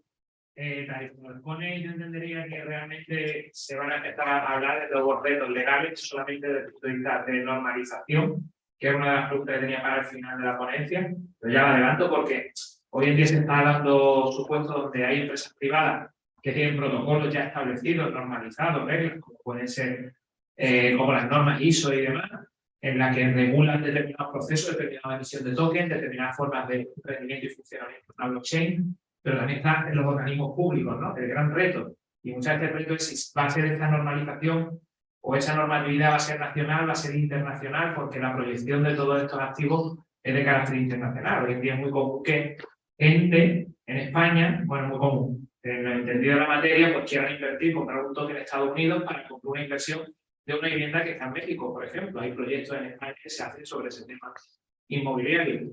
Entonces, una de mis preguntas iría dirigida a eso, cuáles son los retos de esa normalización o de las tendencias normativas, porque es verdad que se está desarrollando a nivel europeo, pero luego las grandes potencias, sobre todo en el CBDC, como en China, como en Estados Unidos, como en Europa, que también se trata un poco, o se tilda de hipocresía, porque se están distinguiendo una regulación normativa para la moneda digital, o esa más llamada moneda digital, y otra distinta para los mecanismos de inversión o de criptoinversión, como puede ser los reglamentos MiCA y demás. Eso por un lado la pregunta, y la segunda de los retos legales, que ya simplemente el derecho civil, tal como se conoce al uso, pues supone, por ejemplo, se podría estar hablando de que el dinero digital no sería fungible, una de las características tradicionales del dinero. Se estaría también hablando de la posibilidad de establecer limitaciones o prohibiciones de disponer a ese dinero, porque realmente esas limitaciones están ahí. Oye, este dinero digital no se puede destinar al pago de tal, va a ir destinado al pago tal. Me gustaría también conocer un poco su perspectiva. Muchas preguntas ahí. ¿Quieres? La estandarización es un proceso, es curioso, ¿no? Porque uno de los estados que más está defendiendo una estandarización global es Estados Unidos, que choca con lo que ha sido él en los últimos años, que ha sido muy de interior, de jugar a reglas interiores. Y ahora está demandando una estandarización global justamente porque esto es transfronterizo. Son fenómenos transfronterizos. Entonces, te basta con irte a un territorio como Bahamas para operar desde allí, ¿no? Y entonces, aquí tenemos a un mundo que está compitiendo muy deprisa. Por ejemplo, Reino Unido está a galope tendido desde que ha hecho el Brexit. Posiblemente es uno de los países que más está evolucionando en esta materia en los últimos años y que más desarrollos legislativos tiene en esta materia, cuando la Unión Europea ha sido desde el año 20 hasta el año 22 quizás la punta de lanza. Y tenemos que hablar muy bien de la Unión Europea por cómo ha regulado esto, o al menos cómo lo ha intentado. Pero hay países que son claramente los primeros. Suiza, Liechtenstein, si es que no es un país esto, por una zona, y luego Singapur. Y estos son, pero claro, son tres territorios muy pequeños. Es decir, y claro, aquí cuando hablas de transferencias, cuando hablas de propiedad, tienes que tener las reglas de cada uno de los estados. Y entonces aquí la zona europea tiene 27 estados, o algunas mismas reglas ya te da una posición de ventaja competitiva. Porque lo que nosotros hagamos aquí en España lo puedo aplicar en todos los miembros de la Unión Europea. Lo que haga en Suiza, no. Entonces la estandarización es global, se está viendo global. Hay proyectos. Por ejemplo, UNIDROIT tiene un proyecto sobre activos digitales, y UNIDROIT es el centro, el instituto para elaborar normas comunes de derecho privado que luego son copiadas por el resto de países. El ELI, el Instituto de Derecho Europeo, que también tiene mucha influencia sobre la Comisión Europea, tiene ya dos proyectos, ha presentado dos proyectos de principios, uno sobre smart contract y otro sobre activos de garantía, para garantía con criptoactivos. Y luego tenemos al FMI muy obsesionado con crear mecanismos de control de todos los estados, y el BIS. El BIS es el Banco de Pagos Internacionales, un poco el Banco Central de los Bancos Centrales, en el que está dando pautas para que todos los bancos puedan regular, todos los bancos centrales regulen de una manera determinada el dinero. Por ejemplo, en el BIS está el llamado Comité de Basilea. El Comité de Basilea es el que dicta las normas de los bancos comerciales y que afecta a todo el mundo, ¿vale? Entonces, ellos ya han dictado en diciembre unas normas, que traía aquí una slide, han dictado unas normas sobre qué dotaciones de capital tienen que hacer los bancos ante las exposiciones a criptoactivos. Hasta ahora se dudaba de si los bancos iban a entrar en esta pelea. Hasta ahora, hasta hace un año o 2 años. De hecho, hay países que tienen prohibidos a los bancos entrar en esta pelea. Por ejemplo, Bolivia, Argentina o México, ¿vale? Hay otros países que tienen prohibido el uso de criptoactivos de cualquier tipo de prestador de servicios. China, Irán, Nepal, ¿vale? Potencias, como todo el mundo sabe, en principios democráticos, ¿vale? Pero prohíben. Y entonces China, por ejemplo, se está replanteando cambiar la política.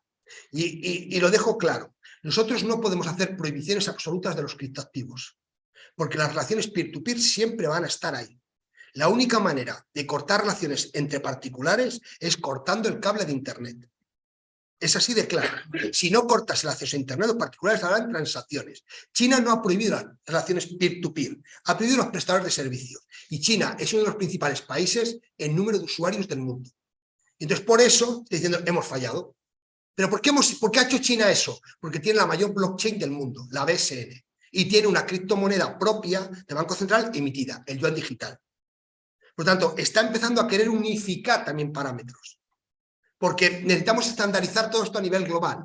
Y entonces el BIS y el FMI aquí están, y la OCDE están tirando bastante en ese sentido, pero va a costar, y por eso no hay que esperar. Nosotros tenemos que regular. Cuando lleguen los estándares internacionales, entraremos.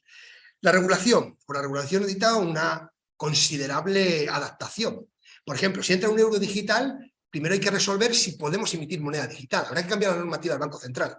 Segundo, ¿es moneda de curso legal? Si es moneda de curso legal, me permite venir aquí a cualquier comerciante de Fuengirola y decir que pago en euros digitales. Por lo tanto, tú tienes que tener habilitado los medios de pago para que yo te pueda pagar en euros digitales. Ahora mismo yo no puedo obligar a ningún comerciante a pagarle mediante mi Apple Pay o mediante un saldo bancario. El comerciante me puede decir, no, o traes efectivo o no te cobro. Hay mucha gente que no cobra en tarjeta aquí en España, porque hay que pagar comisiones. Y te dicen un Bizum o dinero en efectivo. Si tú determinas que el euro digital es moneda de curso legal, todo el mundo tiene que tener habilitado, todos los comerciantes, para aceptar ese pago. Por tanto, hay normativa que hay que adaptar. ¿Cómo la tokenización qué efectos produce? Vamos a llevar registros de la propiedad a tecnología blockchain. Los delitos penales. Hay delitos penales que están configurados sobre activos físicos. Pero ¿qué ocurre si digitalizamos todo? Si los activos pasan a estar representados, hay que cambiar tipos penales. La fiscalidad. No podemos aplicar las mismas reglas fiscales para todo tipo de criptoactivos, que es lo que parece que a veces se hace. Por lo tanto, necesitamos una readaptación de todo el ordenamiento. La propiedad industrial. Piensen ustedes que todo esto que está sirviendo de base, y de esto no voy a hablar nada, la tecnología blockchain, el dinero tokenizado, la tokenización de activos, es el sustrato económico de lo que se llama metaverso. Y el metaverso necesita una regulación más, para que el metaverso todavía va más despacio, porque la tecnología no ha permitido todavía la integración personal ahí, pero tiene como sustrato toda la tecnología blockchain. Esto es su sustrato de relaciones económicas. Por lo tanto, claro que hay que redactar todo el sistema jurídico. ¿Cuánto? Un cuarto de hora. Tiene que irte para Madrid. Bueno, hasta las 6, 10 y 20 minutos de preguntas. Vale. Hasta las 6 y luego 10 minutos. No, 6, 10 y 20 minutos de preguntas. Vale. Es a las 7 menos 2. La vez salimos a las 7 menos Ya vamos a la B y que esperen, o sea... Con un smartphone. A ver, las finanzas descentralizadas. Solo voy a decir muy poco de esto, pero esto es muy importante porque esto sí que es un shock para el sistema financiero actual. Las finanzas descentralizadas son plataformas donde se está clonando el sistema financiero bancario tradicional, donde están ofreciendo servicios como préstamo, como gestión de activos, como derivados, como casas de cambio, dentro de plataformas que en muchos casos son anónimas y completamente automatizadas. Es decir, no hay nadie al frente, no hay nadie. A veces lo que hay es una DAO, lo que he explicado antes como organizaciones autónomas descentralizadas. Y entonces la gente va aquí y hace un pool de liquidez. Pone dinero y lo invierte. Y este dinero solo se presta contra la entrega de garantías suficientes. Entonces tú vas a un pool de liquidez, pones tu dinero ahí y cuando quieras te lo llevas. Cuanto antes te lo lleves, pues menos rendimientos tienes. Y este dinero, criptoactivos, sirven para prestarse a personas que necesitan activos. Y estos activos se prestan cuando ofreces un colateral del 140% al menos. Es decir, en una operativa como esta, de la imagen de lo azul, alguien necesita dinero y ofrece unos colaterales. Llega y pone un 150% de valor en Bitcoin del dinero que necesita en stablecoin. Pero no tiene que vender sus Bitcoin. Yo tengo unos Bitcoin ahorros y necesito pagar la nómina de la empresa. Y no tengo liquidez, pues me tengo que ir a vender al mercado Bitcoin. Pero es mal momento ahora, ¿por qué voy a vender Bitcoin? Entonces me voy a estas plataformas y pido dinero prestado. Con el dinero prestado, que es dinero convertible en fiat, porque voy a un exchange como Binance o Bit2Me o cualquiera y me lo cambian inmediatamente porque son stablecoin, me dan mi dinero, pago la nómina. Y cuando vence el préstamo, voy a la plataforma y me devuelven mis colaterales. Si el colateral bajara por debajo del 140%, se ejecuta. Va al mercado y vende los criptoactivos. Liquida el préstamo y entrega el sobrante al prestatario. Por lo tanto, está todo automatizado. Entonces, esto da garantía para los que van al pool de liquidez. Entonces, aquí se están relacionando todo tipo de operaciones para sustituir un sistema bancario. Y entonces, está obligando a las entidades financieras a entrar. Y esto es tan bueno que el BIS tiene un informe de junio del 2022 que dice, el problema de esto, de estas plataformas o de este sistema de contratar es que no llega a todo el mundo. ¿Por qué? Porque no todo el mundo tiene criptoactivos. Entonces, ¿cómo hacemos que llegue esto a todo el mundo? Tokenizando. Que todo el mundo pueda tokenizar sus activos. ¿Qué es lo que tiene la mayoría de la gente en España? Una casa. ¿Por qué no permitimos la tokenización de los inmuebles? Y tú cuando necesitas un préstamo, te vas a una plataforma de estas, que podrá haber bancos o no detrás, y ofreces el colateral. Y para esto no necesitas una escritura pública, ni un registro de la propiedad, porque va tokenizado, va el derecho de propiedad dentro del token. Y por lo tanto, lo ofreces como garantía. del cumplimiento de tu préstamo. Entonces, ellos hablan de una tokenización a gran escala de activos off-chain, de activos físicos. Y esto es el BIS, no la plataforma de empresarios de blockchain. No, es el banco central de los bancos centrales, lo más tradicional que hay. Pero ellos ya ven que esto es irreparable. O sea, que esto ya no es reversible. Ya se ha hecho un daño al sistema financiero tradicional y que hay que sustituirlo por un nuevo sistema, en el cual la banca tiene que estar, pero generando eficiencias con esta tecnología, porque esta tecnología es tremendamente eficiente y segura, gracias a blockchain, a los smart contracts y a la tokenización. Bueno, este es el panorama de la Unión Europea antes de septiembre de 2020. Nada. ¿Vale? Hay una directiva antiblanqueo que obliga a los exchange y los custodios estén en un registro de antiblanqueo en el Banco de España. Cada estado tiene su registro de solo efecto de antiblanqueo, exchange y custodios. Y este es el panorama actual. 5 reglamentos. 2 de ellos ya publicados. Y 3 que se van a aprobar, 2 en abril y otro previsiblemente a finales de este año. ¿Vale? Por lo tanto, hemos cambiado la Unión Europea y estamos hablando de la pandemia. Todo esto se empieza a aprobar a partir de septiembre, representa por parte de la Comisión a partir de septiembre. Básicamente, tenemos una propuesta de mercados de criptoactivos llamado MiCA, que ahora explicaré un poco con mayor desarrollo. Esta propuesta lo que regula es mercados de criptoactivos, prestadores de servicios de criptoactivos, todos los prestadores de servicios van a tener que tener licencia y dinero tokenizado. Y esto es lo más importante. 2, TORA. El reglamento DORA es un reglamento de resiliencia operativa. Este reglamento determina cómo hay que reparar los daños causados por las brechas de seguridad y cómo compartir información. Cómo hay que dotarse de medios para evitar que sea sistémico una brecha de seguridad.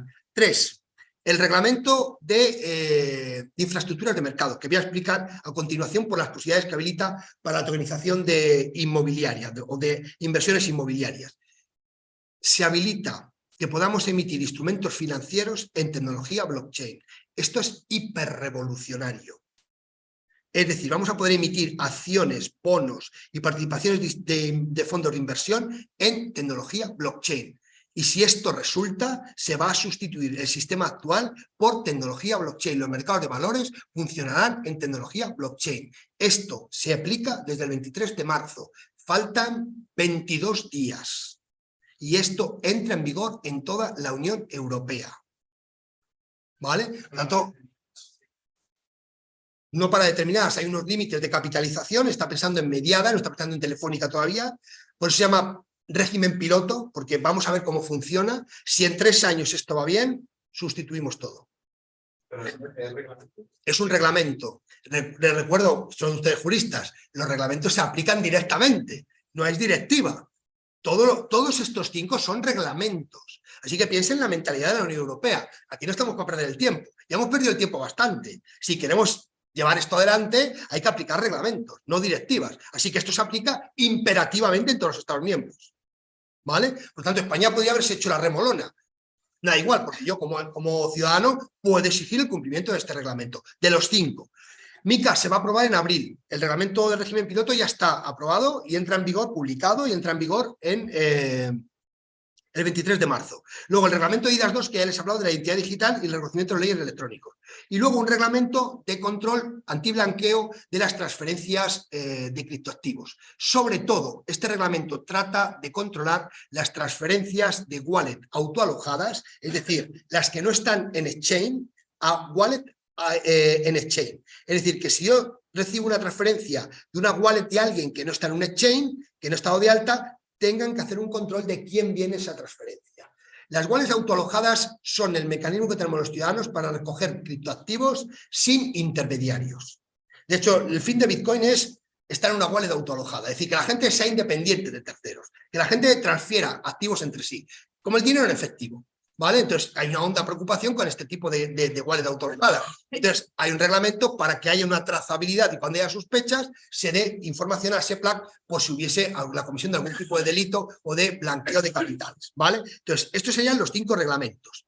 El eurodigital del que ya he hablado y me voy a el dinero. Nosotros vamos a tener regulado en Europa 2 tipos de dinero. Los tokens referenciados activos y el e-money tokens. ¿Vale? Estos son los dos. Y esta es la definición que ya está aprobada desde el 5 de octubre. Falta la votación del Pleno del Parlamento Europeo que está prevista para, no sé si es el 7, el 10 de abril, no recuerdo exactamente el día, y luego ya se publicaría en el diario oficial de la Unión Europea. Y entraría en vigor a los 12 meses para dinero electrónico, a los 18 para prestadores de servicios.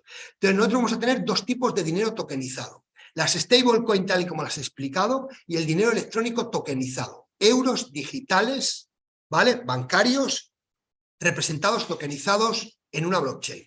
Como el dinero electrónico actual, pero tokenizado. Por tanto, va a haber una especie de avalancha de desarrollos de tokenización de dinero, de oferta de dinero tokenizado que vamos a empezar a utilizar masivamente. De hecho, ya tenemos 4 referenciados en euro. ¿Vale? El último es el EUROE. Y el EUROE es algo que parecía que no se podía emitir. El EUROE, de origen finlandés, como han dicho que hay aquí una colonia importante de finlandeses, pues estos a lo mejor ya empiezan a manejar aquí rápidamente. El euro es un producto financiero finlandés. Y es un producto financiero finlandés de dinero electrónico tokenizado. Parecía que no estaba posible emitir esto hasta que no se aprobara el reglamento MiCA, que es quien lo regula. Pero ya este proyecto ha obtenido licencia del Banco Central finlandés. Y por lo tanto ya está circulando. Y hay un dinero que nos sirve, dinero tokenizado, en el que por cada EUROE hay un euro en un banco finlandés depositado. Como el euro electrónico, el dinero electrónico, pero aquí además tokenizado, programable, funcionable en Ethereum. ¿Vale? Ahí no haría falta licencia de chain, porque no deja de ser dinero electrónico. Y sobre todo porque lo emite una entidad que ya tiene licencia. ¿Vale? Solamente pueden emitir dinero electrónico tokenizado los bancos y las entidades de dinero electrónico. ¿Vale? Solo estas dos entidades. No puede nadie más. Sin embargo, las stablecoin, los tokens referidos activos, pueden emitirlos cualquiera. Hay pánico a ese producto financiero. Pánico. ¿Por qué? Porque hubo un proyecto en el año 2019 que era de Facebook, llamado Libra. Ese producto de Libra tenía 3.000 millones de usuarios posibles. Y eso atemorizó. Y se hizo un G7 en octubre del 2019, en el que prácticamente dijeron que había que prohibirlo. Y lo han sacado del mercado. En ese proyecto de Libra, año 2019, aparece el proyecto en junio, estaban, entre otros, Visa y Mastercard. Y son los dos principales franquiciadores de tarjeta de crédito y de débito del mundo. ¿Qué hacían ahí? Si vuestro negocio es el dinero bancario, ahí ya se descubrió que esto era irreversible y que íbamos hacia un modelo de dinero tokenizado. Y frente a este dinero tokenizado ha aparecido otra alternativa, que es la tokenización de los depósitos bancarios. Y la tokenización de los depósitos bancarios con proyectos en Japón, Estados Unidos y Alemania, ¿vale?, es la gran alternativa porque es la menos disruptiva para el sistema financiero. Sencillamente seguimos con depósitos bancarios tal y como los tenemos, con la misma retribución, pero podemos incorporar el saldo del depósito bancario a un token. Y por lo tanto puedo actuar en redes blockchain como si tuviera stablecoin, pero en realidad son depósitos bancarios tokenizados. Y esto tiene enormes ventajas sobre las stablecoin. Por ejemplo, las stablecoin no tienen un fondo de garantía de depósitos, pero los depósitos bancarios sí. Y entonces el cliente no pierde ningún tipo de seguridad y añade los servicios que derivan de las redes blockchain. Tokenizar el dinero por el que el banco cobrará. Por lo tanto, es un buen negocio para el banco, no pierde clientes con terceros, solo lo pueden hacer ellos porque son depósitos bancarios y añade la posibilidad de ofrecer nuevos servicios a sus clientes. ¿Vale? Uno de los principales defensores de los depósitos bancarios es JP Morgan. Y JP Morgan es el principal entidad bancaria por activos del mundo. Así que imagínense las posibilidades que tiene esto de poder triunfar. Bueno, voy a la tokenización de los mercados financieros. Esto es lo que podemos hacer ahora, ¿vale? Ya voy terminando, me queda solamente una hora, Javier, y termino. Me estoy saltando todo lo que puedo. A ver, ¿qué podemos tokenizar ahora? Nosotros ahora mismo, en un mercado primario, podríamos tokenizar todo. Sí, posiblemente. Lo que no podemos es tokenizar para ir a un mercado secundario. Porque las normas de la Unión Europea, de MiFID, nos impiden la tokenización en un mercado secundario. ¿Vale? Entonces, las tokenizaciones que se están produciendo hasta ahora están restringidas cuantitativamente. y está en el marco del artículo 35 de la Ley de Mercado de Valores. El artículo 35 de la Ley de Mercado de Valores básicamente te limita las tokenizaciones a 8 millones de euros. Y estas tokenizaciones se tienen que producir con algo que puedas tokenizar. En España no puedes tokenizar ahora mismo acciones ni participaciones delimitadas. Las acciones tienen que ser representadas mediante títulos o anotaciones en cuenta. No hay ninguna representación más. Y las participaciones sociales para su transmisión necesitan escritura pública. Bueno, la ley dice documento público, porque era de la época en que había también corredores de comercio. Y por eso utilizaba la figura de la póliza intervenida. Como los corredores se integraron en notarios, pues en realidad cuando transmitimos participación lo hacemos en escritura pública. La escritura pública no dirime que el contrato no sea válido, lo que te dirime es la legitimidad. Entonces no puedes tokenizar participaciones porque en realidad no te puedes tokenizar frente a la sociedad porque te falta el elemento de escritura pública. Y en las acciones que la representación está limitada a esas dos opciones, ¿vale? Por tanto, no hay tokenización de capital en mercado primario. En secundario ya ni hablemos. ¿Qué hace la gente? ¿O qué hacen algunos inversores? Se van fuera y tokenizan, por ejemplo, en Delaware. Tokenizas en un estado norteamericano que te lo permita y esa sociedad viene a España, se declara y compra el inmueble. O compra el activo, el huerto solar, ¿vale? El parque eólico, lo que sea. Y entonces, a partir de ese momento, tokeniza fuera esas acciones de la sociedad. Y las mete en una blockchain y empieza a negociar con ellas. ¿Vale? ¿Problemas? Obviamente que el activo está, pero siempre hemos utilizado la sociedad del vehículo. Lo que pasa es que aquí las tokenizamos. Por tanto, permitimos aplicar todas las eficiencias de la tokenización a las que me he referido antes. Generación de liquidez, democratización en el acceso, aplicación de los rendimientos automáticamente a todos los titulares, etcétera, etcétera. Y otra alternativa que existe es tokenizar deuda. Pero una deuda en concreto. Y esta deuda en concreto que se está tokenizando son los préstamos participativos. ¿Vale? Y aquí, por ejemplo, uno de los principales líderes en el mercado del sector inmobiliario que está tokenizando es Rental. Y Rental tokeniza vía préstamos participativos. ¿Vale? Los préstamos participativos, quisiera recordar que es deuda subordinada. Así que si caes en concurso en la sociedad, es la última en cobrar. ¿Vale? Por su propia autocalificación en su configuración. ¿Por qué no es deuda? Pues porque normalmente aquí se utilizan sociedades limitadas y en la ley de sociedades de capital hay una norma que prohíbe la emisión de deuda por encima del doble del importe de los netos de la sociedad. Y entonces se ha buscado una alternativa que se llama préstamos participativos alojados en un Real Decreto Ley del año 96, en el que parece que no están integrados en ese mecanismo de la deuda que regula la ley de sociedades de capital. Pero no hay una seguridad absoluta. Ahora, estas emisiones no van a la CNMV, pero tienen que ser habilitadas, aprobadas por una entidad de servicios de inversión. Por lo tanto, hay un control. ¿Vale? No es un control público, pero es un control de que tiene una licencia previa. Y estos son los mecanismos por los que están ahora mismo aquí en España tokenizando inversiones inmobiliarias. Vía equity fuera de España, vía préstamos participativos dentro de España. ¿Vale? Bueno, pues aparece el reglamento UE 2022/858 de infraestructura de mercado en DLT. Y este reglamento, el que ya me he referido antes, es el que nos habilita la posibilidad de tokenizar acciones, obligaciones y participaciones de instituciones de inversión colectiva.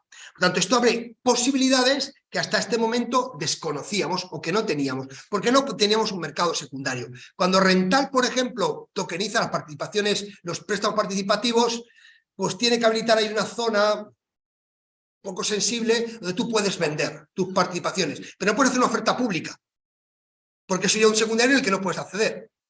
Entonces, es como vender acciones de una sociedad anónima privada. No puedes tener un mercado organizado, puedes tener una plataforma. Es una vía para que la gente pueda interconectarse entre sí, pero cuidado con tu posición de mediador, porque el mercado no puede ser organizado. Por tanto, lo que hace Rental está muy bien y es absolutamente legal, pero estás limitado, porque no puedes llegar a todo el público. Puedes llegar al primario con el white paper que te autoriza a la entidad de servicio de inversión, pero el secundario está más restringido. Claro, Rental, yo creo a mi juicio que lo hace muy bien, pero tienes unas restricciones en el uso. ¿Vale? Entonces, este reglamento de la Unión Europea pues ataca a los secundarios. Ataca en el sentido de que los adapta a los instrumentos representados mediante tokenizaciones. Esta es una tokenización, esto es un mercado PME el que tenemos en este momento. En estos mercados organizados, la bolsa, por ejemplo, tenemos dos partes. Una parte, la contratación, el trading, y otra parte, la poscontratación. La poscontratación es compensación, liquidación y registro. Y aquí a veces se tarda más 2 o más 3 días, porque hay que cerrar todas las posiciones y hay que hacerlo con los activos representados y con la participación del dinero. E intervienen varias entidades, entre ellas los depositarios centrales de valores. ¿Vale? Bueno, pues lo que vamos a hacer con este reglamento es la posibilidad de crear 3 tipos de infraestructuras de mercado. Sistemas de negociación, sistemas de liquidación y sistemas que lo hagan todo, de compensación y de liquidación. Y estas infraestructuras de mercado se crean con el tamaño, con unos límites que hay en el reglamento determinado, con el tamaño y el objetivo que creamos. Por ejemplo, podemos crear una infraestructura de mercado solo para el sector inmobiliario, o solo para el sector inmobiliario de vivienda de protección oficial, o solo para el sector inmobiliario de playa, o solo para el sector inmobiliario turístico, o solo para parques eólicos. Y entonces aquí podemos cotizar acciones, obligaciones, todo tipo de deuda y además participaciones de fondos de inversión o de entidades de inversión colectiva. Entonces, aquí hay unos límites. Las acciones solo pueden estar para sociedades con un capital inferior a 500 millones. Y las obligaciones, bonos, deuda titulizada, cualquier tipo, hacer emisiones hasta de 1.000 millones de euros.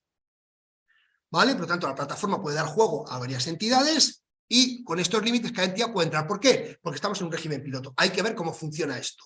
Pero las infraestructuras pueden abarcar toda la operativa. Por lo tanto, vamos a convertir un +2 o +3 días en infraestructuras que sean de negociación y liquidación en un +2 o +3 segundos. Porque vamos a utilizar smart contract. Y vamos a cerrar la operación inmediatamente, generando inmediatamente liquidez en el vendedor para que pueda invertir de nuevo, o en el adquirente para que pueda ponerlo a reventa inmediatamente, sin esperar esos periodos de tránsito hasta que la operación se entiende absolutamente ejecutada. Esto es lo que nos da el reglamento de infraestructuras de mercado. Ya hay infraestructuras de mercado que están en el sandbox y a partir del 23 de marzo podrán empezar a pedir estas u otras licencia para operar.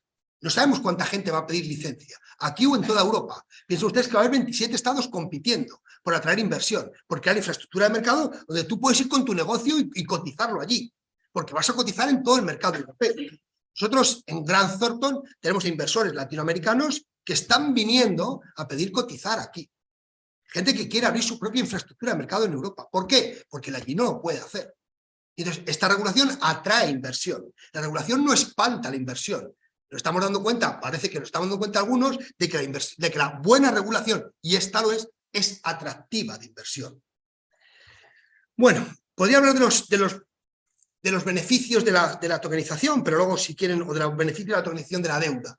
Pero sí me quiero quedar también cuando nosotros estamos en este régimen piloto podemos pedir algunas exenciones.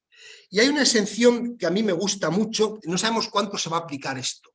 Como vamos a crear mercados tokenizados, con infraestructuras de mercado en el que prácticamente se va a poder automatizar todo, podemos habilitar que los particulares accedan directamente a estos mercados.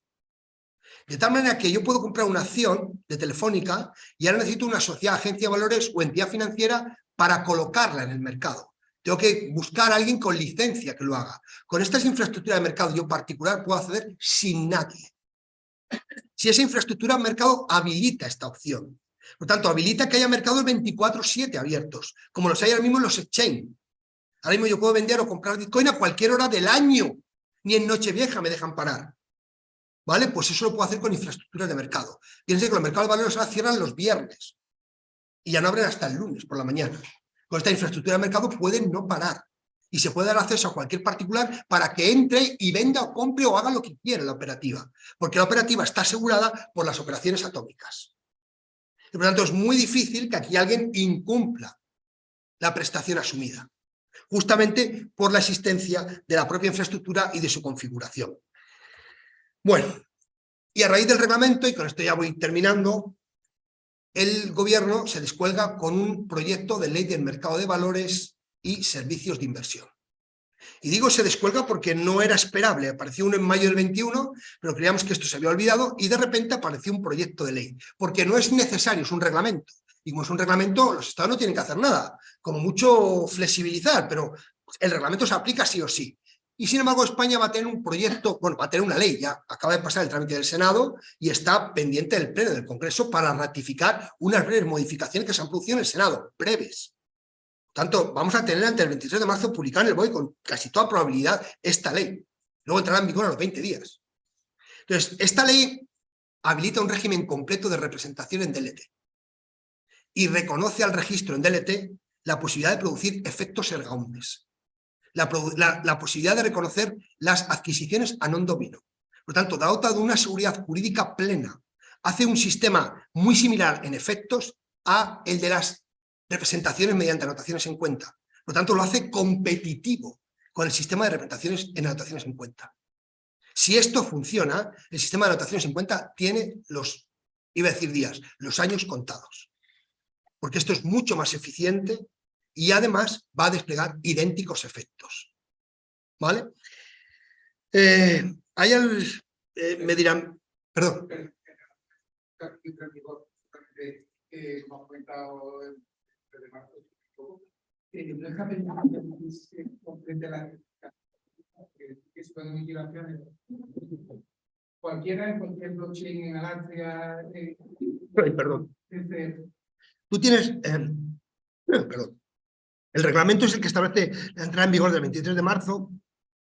Este reglamento tiene pendientes unas normas de desarrollo que ya se están entregando por parte de la ESMA. La ESMA es el organismo de autorización de mercados de valores en Europa. Y está ya presentando algunas guías, ya ha presentado, teóricamente a los 23 de marzo las únicas que nos faltan ya estarían presentadas. Los límites están en el propio reglamento. ¿Qué es lo que se va a aplicar para cuando se modifique la ley de capital? Es que la ley de sociedades de capital se modifica para adaptarse a este reglamento. ¿Vale? Entonces, por ejemplo, no contenía el reglamento inicialmente, perdón, la ley de mercado de valores no contenía una norma sobre ley de sociedades de capital y sin embargo se acaba de modificar en el Congreso el artículo 23, previendo que en los estatutos se pueda establecer como régimen de representación de las acciones el régimen de representación en un registro distribuido. Y entonces esto y otro conjunto de normas que no tengo tiempo aquí de explicar para ver el sistema, nos hace pensar que en realidad la ley de mercado de valores habilita, por hacerlo además a través de la modificación de la ley de sociedades de capital, que cualquier sociedad anónima pueda representar a partir de la entrada en vigor de esta ley sus acciones mediante registro distribuido, pueda tokenizar el equity. Y una SA. De una SA. SL no puede ser notario. Porque además la sociedad de responsabilidad limitada con el régimen que tiene negada la condición de valor. No es una acción, ni tiene naturaleza de valor. Habría que cambiar el régimen jurídico de la SL. Yo lo he pedido, pero no me han hecho caso. Y luego la SL, lo he pedido, además lo tengo en público y hay gente que me ha ratificado, pero no. El gran problema, este proyecto representa economía. Y las modificaciones de las sociedades de capital se tienen que producir por justicia. La economía no ha querido ir mucho más allá. Y lo que se ha metido en la ley de sociedades de capital ha sido vía enmienda en el Congreso de los Diputados. Porque economía le daba miedo meterse en ese terreno.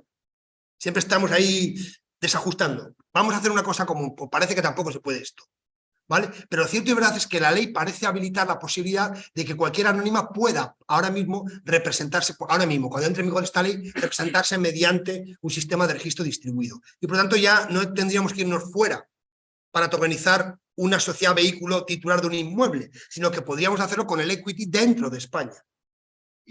Vale. Y además, podríamos hacerlo con deuda. Por cierto, la limitada sigue teniendo el límite del doble del patrimonio neto. Por tanto, esto quiero insistir en ello. Aunque no se ha tocado la norma de préstamos participativos, seguimos con la restricción, que también lo he pedido por activa y por pasiva, y que todo el mundo que me dice, tienes razón, esto hay que modificarlo, pero no se ha modificado. Que yo sepa, no se ha modificado. Me falta por ver el último texto aprobado en el Pleno del Senado. Y solamente que hubiese entrado su vía transaccional, porque no estaba en las enmiendas. Pero inicialmente la limitada tendría ese límite, entonces seguiríamos con los préstamos participativos, pero ese límite no existe en la anónima. En la anónima no hay ningún límite de emisión de deuda. Es mejor constituir una SL, una SA. Una SA, claro. Es mejor constituir Claro, una es que SL. no tienes, puedes emitir teóricamente equity y en la deuda no tienes el límite nada más que del mercado secundario que te fija el reglamento, que son, ¿cuánto te he dicho? Una barbaridad. 500 millones. No, más. O sea, tenemos hasta 1.000 millones. También millones. Hasta 1.000 millones en deuda. ¿Vale? En una sociedad anónima, que podrías ir a ese mercado secundario, porque ni siquiera tienes que ir al mercado secundario organizado, ¿vale? Ni siquiera tendrías que hacerlo. Como ahora tú vendes acciones de una anónima, no vas a un mercado secundario organizado, lo haces en un mercado entre particulares. Lo que no haces es una oferta pública. Puedes ir al organizado o puede que no. Entonces la anónima ahora mismo te abre todas las posibilidades, la limitada no. Y este es un gran hándicap cuando el 90 y pico, 95, 96% de nuestras sociedades son limitadas. Entonces yo he dicho, si vamos a restringir la vía del capital, al menos quitemos la limitación de la deuda, que no tiene ningún sentido. ¿Por qué limitas en la limitada al doble del neto y no limitas en la anónima nada? Cuando puedes tener limitadas que tengan un capital mucho más grande que el capital mínimo de una anónima. Pero pues no han querido entrar ahí, que posiblemente por los problemas de competencia que tengan. Pero déjenme terminar y ahora les atiendo, ¿vale? Bien, he hablado de las wallets autoalojadas, ¿no? Cuando nosotros perdemos las claves de una wallet autoalojada, estamos muertos. Si yo tengo una wallet autoalojada y tengo mi Bitcoin y pierdo las claves, adiós. ¿Vale? Entonces hay gente que pierde el pendrive, que pierde el acceso al pendrive donde van las claves y tienes ahí 12 palabras en inglés que te hacen un rastreo, ¿no? Hay gente que contrata a un psicólogo clínico para ver si le consigue localizar en la mente las palabras que estaban en el pendrive, ¿no? Hay gente buscando en un basurero el ordenador que donde tenía las claves de acceso, a ver si porque tiene el ordenador que lo tiró. Hay gente al que le han formateado el ordenador y están dando recompensas a un ingeniero para ver si le recupera el ordenador. Bueno, pues el sistema de DLT que prevé nuestro ordenamiento establece que tiene que haber capacidades o herramientas para que se pueda llevar a cabo esa recuperación, para que las transmisiones mortis causa se puedan recoger, para que pueda haber embargos judiciales. Y aquí va a haber una creatividad enorme en la configuración de estas infraestructuras, pero se solventa ese problema. Estamos en instrumentos financieros, no podemos tratar instrumentos financieros como a Bitcoin. Y esto es lógico y racional. Y luego es muy importante, y con esto termino, y me quedan algunas cosas. El contenido del registro de DLT de los instrumentos financieros, los certificados de ese contenido tienen naturaleza de título ejecutivo. No sé si está aquí en esta slide o en otra y me lo he saltado. Aquí. Tiene naturaleza de título ejecutivo. Por lo tanto, si yo tengo un saldo de deuda contra la sociedad emisora y no se abona, solo tengo que obtener un certificado de la infraestructura de mercado con el saldo y me voy a un procedimiento ejecutivo como el acta notarial, como la sentencia, como la letra de cambio. Tanto la fortaleza que se le ha dado aquí al registro en tecnología blockchain es tremenda. Yo no reconozco ahora mismo, estoy pensando en que se reconozca esa fuerza ejecutiva al registro DLT, tal y como se le atribuye en esta ley, para permitir que haya confianza en los mercados cotizados bajo tecnología DLT. O sea, que la ley va más allá que el reglamento. Es correcto. Y más seguridad. Más seguridad. Pero también más apertura al negocio. Correcto. O sea, creo que la ley está diciendo...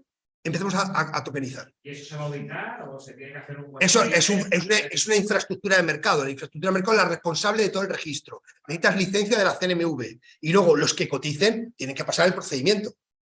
Eso no es un white paper, es un folleto. O sea, ahí tienes que darte de alta en la CNMV, ¿no? La infraestructura de mercado es compleja. Pero te tiene que validar alguien que esté inscrito a la CNMV. La infraestructura de mercado necesita sectorización. ¿Vale? Por lo tanto, esto no va a llegar, necesitas una autorización de entidad de servicios de inversión, sociedad, agencia de valor o entidad financiera. Eso es lo que van a poder pedir. Ahora, la ley, el reglamento y la ley habilita que cualquiera, sin serlo, pueda pedir licencia. Y solo para esa función. Por lo tanto, no tienes que cumplir todos los requisitos, solo los de cumplimiento de esa infraestructura de mercado. O sea, que podemos encontrarnos con que una asociación de empresarios inmobiliarios monte una infraestructura de mercado. O una gran promotora monte una infraestructura de mercado. Para cotizar ella y los que decidan. Y te vamos a cotizar en este mercado. Piense que es un instrumento enorme de financiación de empresas, por el lado del equity y por el lado de la deuda. Desconocido hasta ahora, en el que podemos dar transacciones internacionales garantizadas por los smart contracts o aseguradas en las operaciones atómicas en mercados incluso que podemos darle acceso a cualquiera 24/7. O sea, sin restricciones de tiempo ni de acceso. Si tú pones dinero, compras tus acciones, tu deuda y te vas. Y el título que te dan de ahí, si es deuda, es ejecutivo.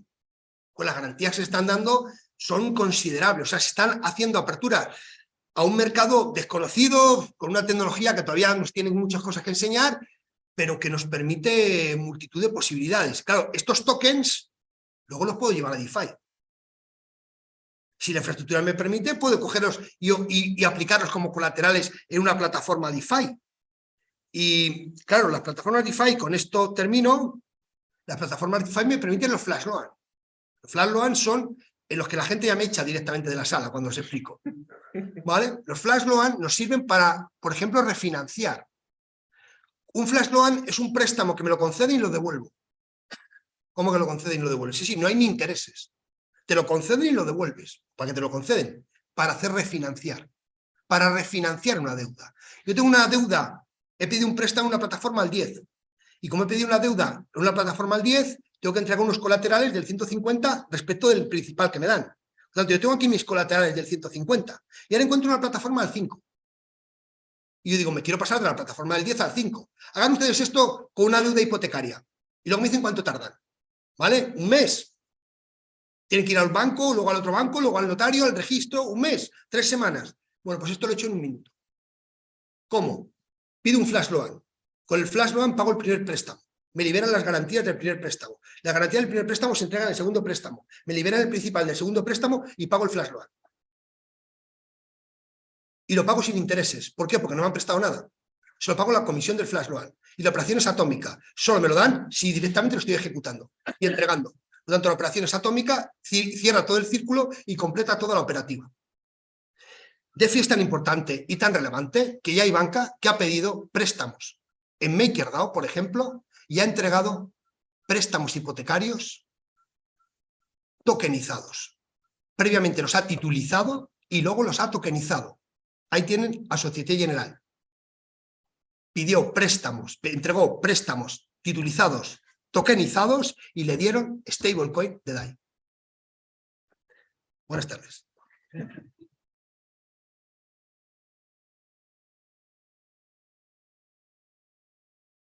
¿Alguna pregunta? ¿Alguna? Compañero. Yo te quería hacer dos preguntas. Primero, que es que me interesa la identificación de diversificación de capital, la posibilidad de llevar acciones en registro distribuido. ¿Tú crees que este régimen será posible para llevar parcialmente acciones en registro distribuido? Estoy pensando en una ampliación de capital que tengo mi acción, digamos, y la ampliación en la que quería hacer tokenizada para no mover lo que ya tengo. Hay un precepto de la ley, no recuerdo si es el 6, porque el otro día me lo preguntaron también en un proyecto, que dice que solamente tienen que estar representadas mediante registro distribuido todas las de la misma emisión, pero no todas las de la sociedad. Y la segunda cuestión... Creo que es el 6, ¿eh? En relación al reglamento MiCA... Del reglamento, perdón, de la ley. Y ahora, la segunda pregunta era en relación al reglamento MiCA. Si no me equivoco, los prestadores de servicios requieren autorización. Entre los servicios se establece lo de asesoramiento administrativo. ¿Tú entiendes que los abogados... No. Yo creo que es el asesoramiento financiero. Que no es el legal. Sí, eso es. Creo que es el asesoramiento por los test que tienes que hacer, porque ahora se formulan 2 tipos de test similares a los de MiFID II. Que como el reglamento marca de asesoramiento... Sí, yo creo que es asesoramiento financiero de inversión, asesoramiento de inversión. Ahora, si desde la abogacía da asesoramiento de inversión, sí, necesitaría licencia. ¿Vale? Ahora, puede ser que en una adaptación española se pida. Nada le prohíbe al legislador español ampliar. Lo que no puede hacer es reducir las garantías, pero puede ampliar. Y puede decir a todo aquel que presta asesoramiento jurídico, también tiene que pasar una licencia. Yo, si me lo planteas como legislador, casi lo haría. Porque hay mucha gente dando asesoramiento de todo tipo en el ámbito de los criptoactivos que no tienen ni idea.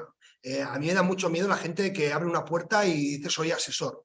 Y hay mucho riesgo en este tipo de activos y la tecnología es compleja.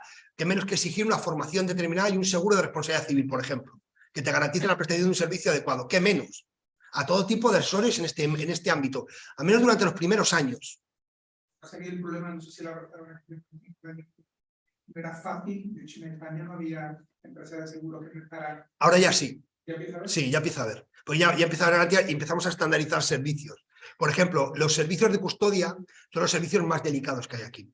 En el sistema bancario los servicios de custodia son irrelevantes. O sea, pero ¿dónde está tu dinero? Y a mí qué me importa dónde está mi dinero. A mí lo que me importa es que el banco me da una garantía de 100.000 euros por persona y entidad y si no está en la Unión Europea para garantizármelo. Pero aquí la garantía única es tu depósito, es tu custodia. Entonces, ¿qué ha pasado? Que todos los escándalos que ha habido durante el año 2022 lo que te ha hecho es barrerte los activos. ¿Por qué? Porque el exchange o el custodio los utilizaban para sus propios propósitos. Por ejemplo, FTX. FTX utilizaba tus activos para sus propios propósitos. Porque había lo que se llama un depósito de bien fungible. Y el depósito de bien fungible, lo que en el Código de Comercio se llama un depósito irregular. El depósito irregular transfiere la propiedad, pues aplica las reglas del préstamo. Y la regulación de MiCA de la custodia obliga a segregar los activos. Entonces, con la segregación de los activos se reducen considerablemente los riesgos. Y entonces los riesgos casi en un custodio, que es el más peligroso de todos, se reducen al hackeo. Si tienes adecuadamente separados y segregados tus activos.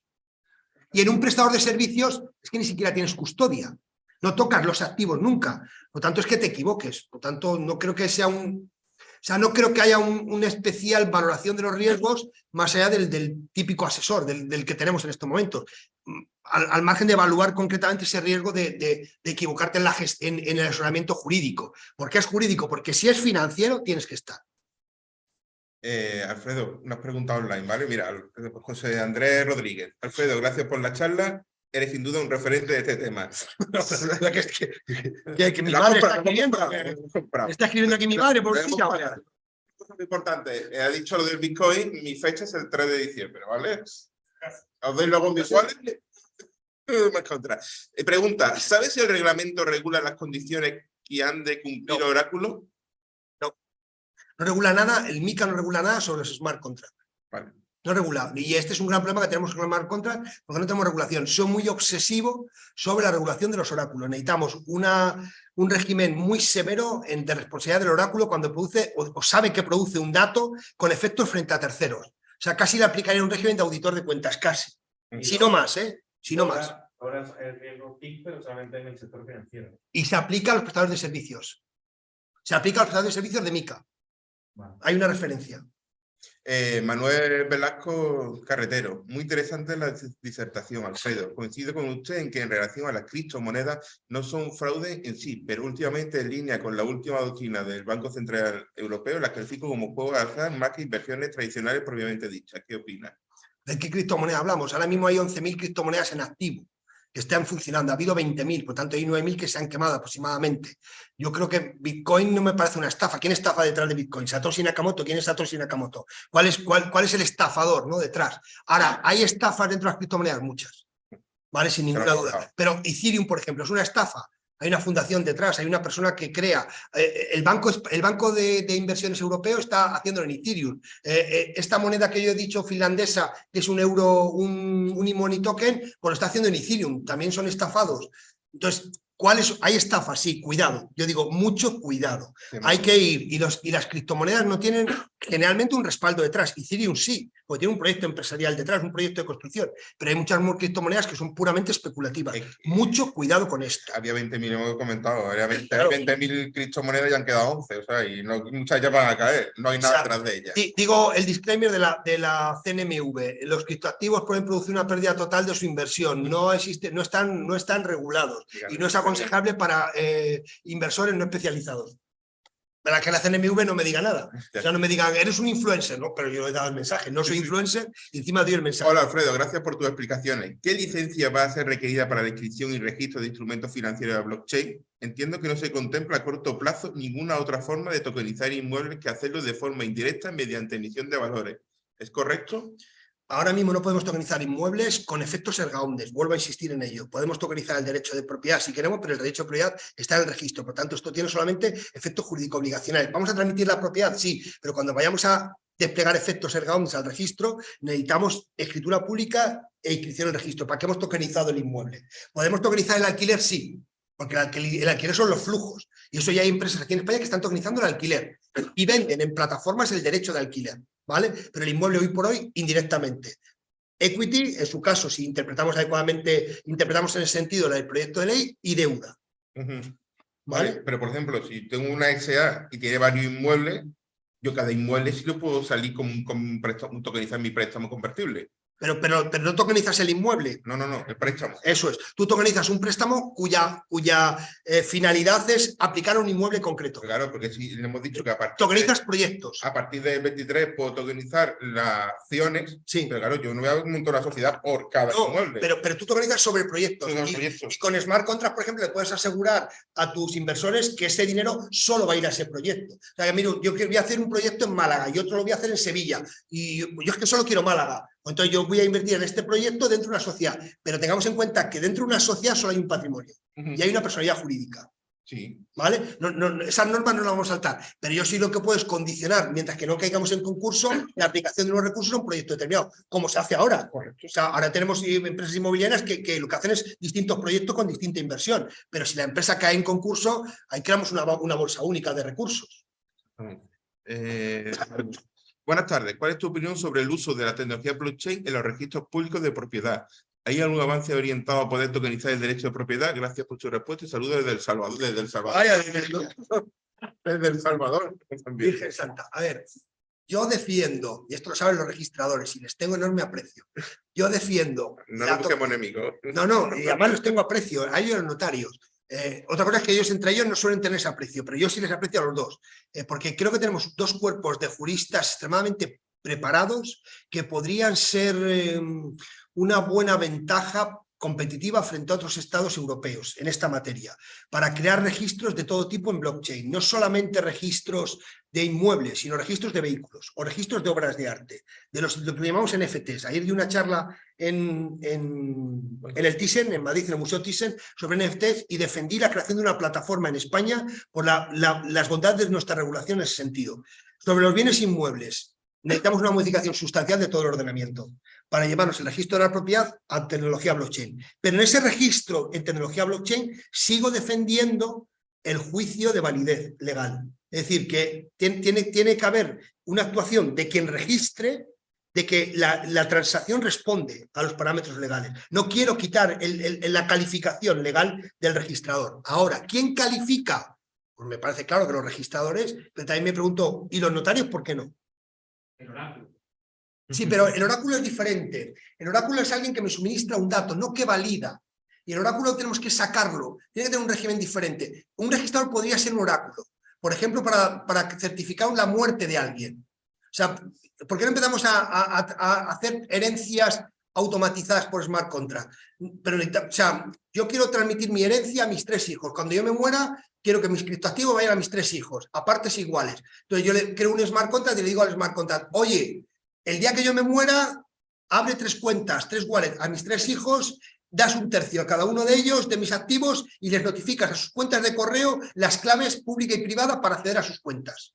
Bueno, acabo de hacerlo, acabo de hacer el pago, acabo de hacer el reparto de mi herencia. Me dirán, oiga, pero hay que pagar impuestos, Alfredo. ¿Cuál es la tabla de pagar impuestos? Smart Contract. Cuando yo me muera, antes de pagar a mis hijos, vete a la tabla de la agencia tributaria y calcula los impuestos. Y abonas en otra wallet y le mandas un correo a la agencia tributaria del depósito del dinero del pago de mis impuestos. Por el impuesto de sucesiones. Pero claro, ¿qué le falta a mi Smart Contract?